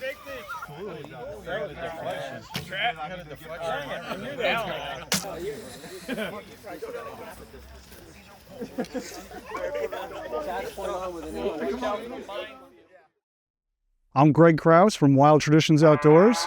I'm from New York State, and I've been bow hunting for 24 years.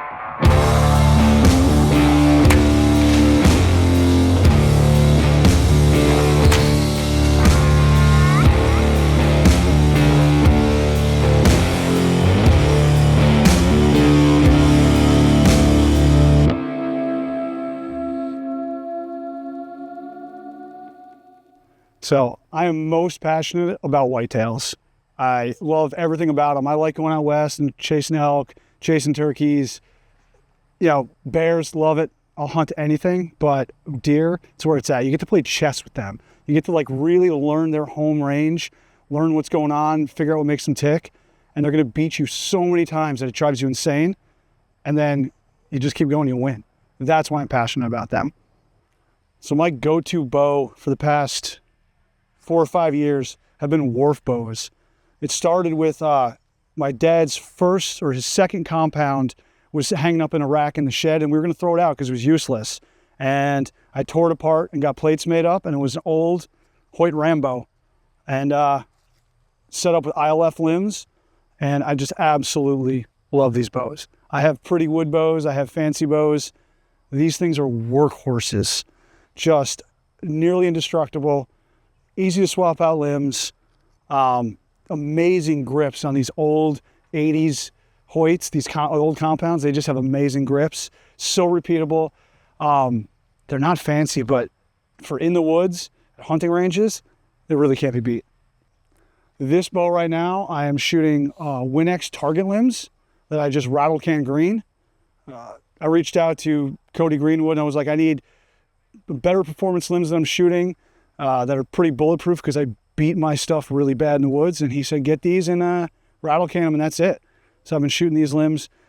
By draw length, I always end up right around 50 to 52 pounds, right around 28 inches. And that seems to be a really sweet spot for just about anything I want to hunt.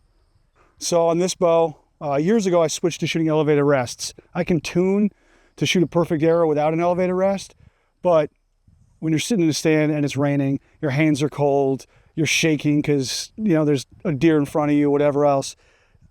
I'm going to torque the string, something's going to not go perfect, so I shoot an elevated rest. It buys me a little bit extra forgiveness in those like less than perfect shot moments.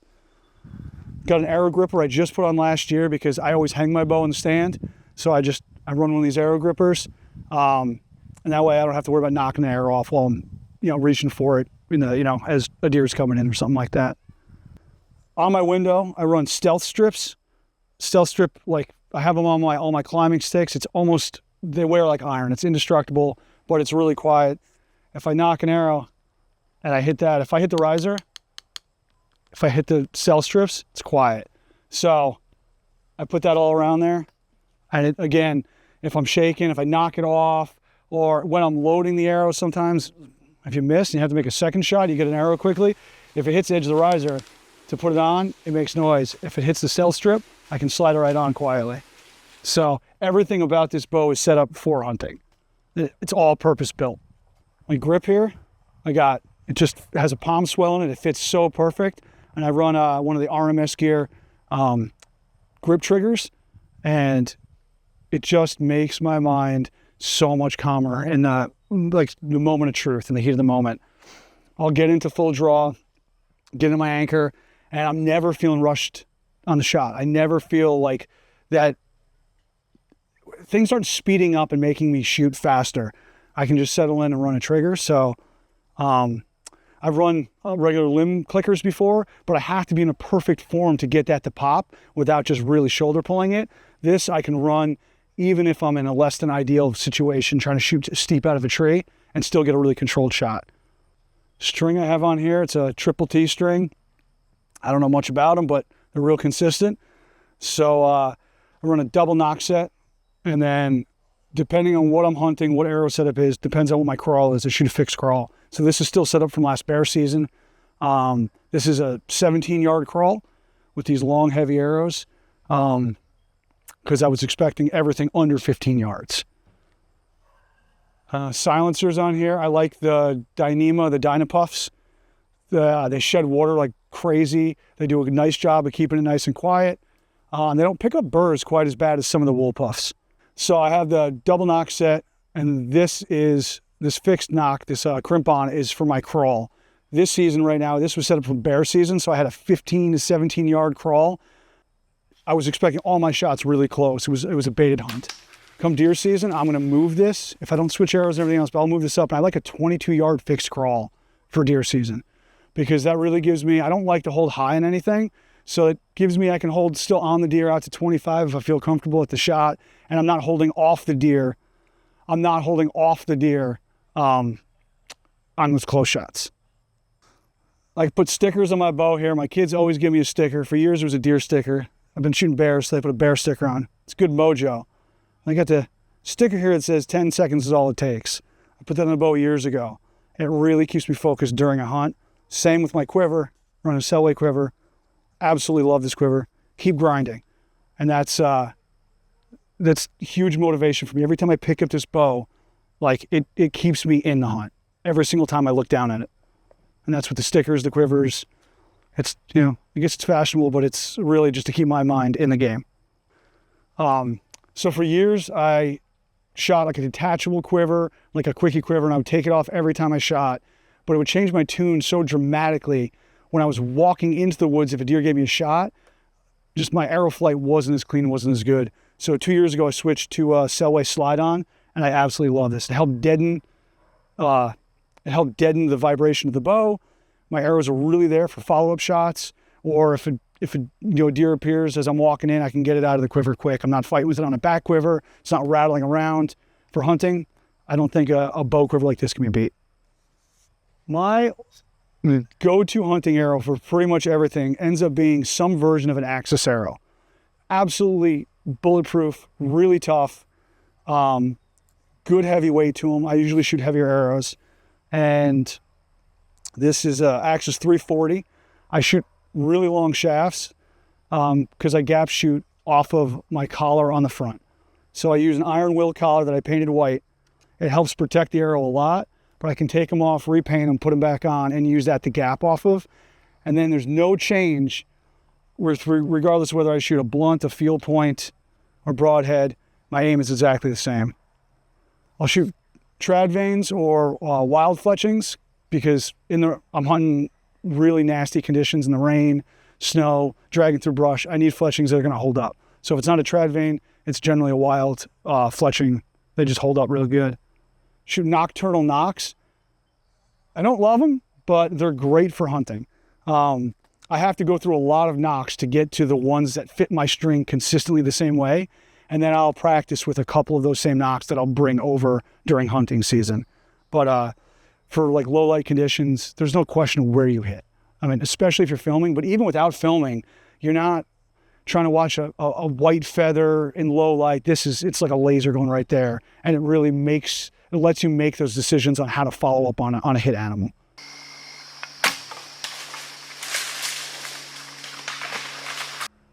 How I shoot my bow at a live animal. My shot process is very similar. It's the same shot process I use for target shooting, and I'm not really going to deviate from that a whole lot. I'll find a different angle if I need to get it done, but that's how I'll practice as well.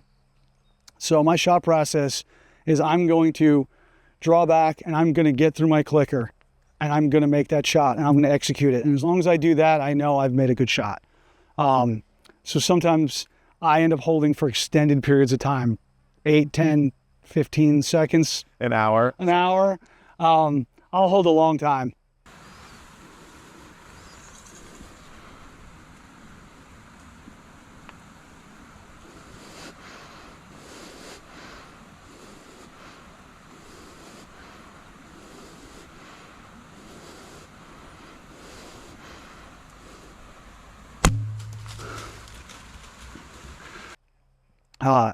Because two things is I've learned to refuse to take a shot that I'm not going to execute well. And I'm also not going to take a shot just because I got the full draw. If that deer turns a little bit and gives me a shot I don't want, I'm not going to rush that shot and take a less than ideal shot angle. I'm going to stay at full draw, lock in there. I'll lock my back into a good holding position. I'll lock. And as soon as that animal turns to give me the shot I need, then I'll just increase the tension through my trigger, pop this grip trigger, and send it. And it took me a long time to learn to do that, the shot process part, but also to just refuse to take a shot that wasn't the ideal shot. I'm going to take the first shot I know I can make and make a good shot on. So when I say ideal, I don't need it to be perfectly broadside or anything like that, but I need to know that the vitals are exposed in a way that I can put an arrow there and I feel 100% confident on it. Once I do that, then I'll run that shot and I'll put the arrow where it needs to go.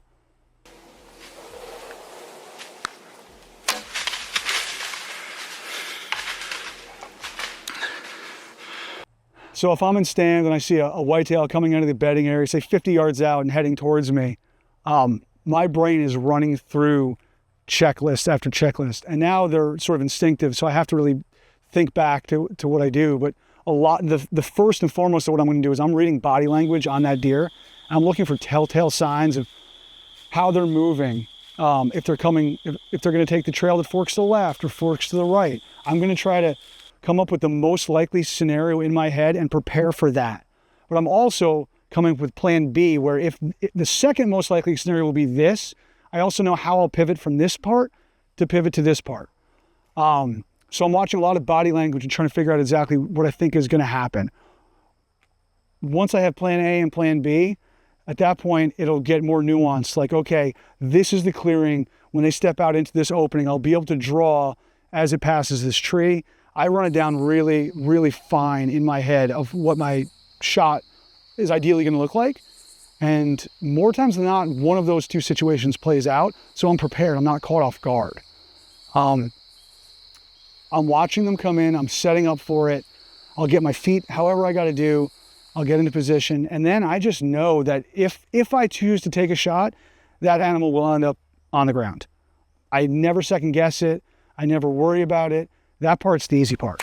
And of course, I make mistakes. I make bad shots. I miss. That happens. But that doesn't enter my head as I'm getting ready to bear down an animal. I'm just super confident. So as they're coming in, I'm setting up for the first good opportunity I think I'm going to have. And that is usually my first shooting window. And then I may have a shot that might be slightly better, a little closer or something like that, a little closer. But if it's further down the trail, I want to prepare for that first opportunity. The first opportunity I know I can make a shot and I'm 100% confident, I'm prepared for that. That way, if they slip through there before I get a shot, or if I can't get the full draw or something happens, I'll have another opportunity here and maybe one there. So I'm always prepared for, as I said, plan A, plan B, C. I'm going to do that and make those decisions very quickly on the spot. And I think that's what helps me transition into these hunting scenarios, that I can instantly pivot to what I need to do to get that shot. One piece of advice for a bow hunter that's struggling with success, I think it's a positive outlook. That's the biggest thing, right? You go to a hunting camp and maybe nobody's seeing anything, or maybe a couple guys are seeing everything and a few guys aren't. There's always someone in the camp that's going to get depressed and going to get down. And they might be seeing things even, and they have every reason to be super optimistic. If you take a guy like that and then you take a guy that's super positive, even if he hasn't seen anything, my money's on the guy that's super positive. He's going to be in the game 100%. He's not going to, half-ass it up in a tree. He's going to give it his all for the entire hunt, and he'll be ready for that when opportunity comes, and he's the person that's going to win. So it's the grind, right? It's the perseverance. It's the 10 seconds. It's going to happen. Stay ready, but be positive the entire time you're grinding it out, and that's when success will come. Thanks for being here, guys. Thanks for watching. Hope you guys enjoyed this film. If you did like what you saw, please consider supporting the channel. Hit the subscribe button down below, or also head on over to thepusharchery.com, where you're going to find some awesome products that we design and manufacture, like our Alpha Pack quiver and hunting pack. We also just launched our brand new back pocket quiver. Awesome, cool, innovative approach to the back pocket quiver design offering. We also have online courses in the Push Archery Center of Knowledge, best-in-class online instruction streamed right to your PC, your tablet, or your phone while you're out on the range working through your coursework. We have great courses from people you heard in this film. Solid Archery Mechanics from Clum Sr. We also have Shot IQ from Joel Turner and many other awesome online courses. Appreciate you guys being here. We love you guys. Get primal.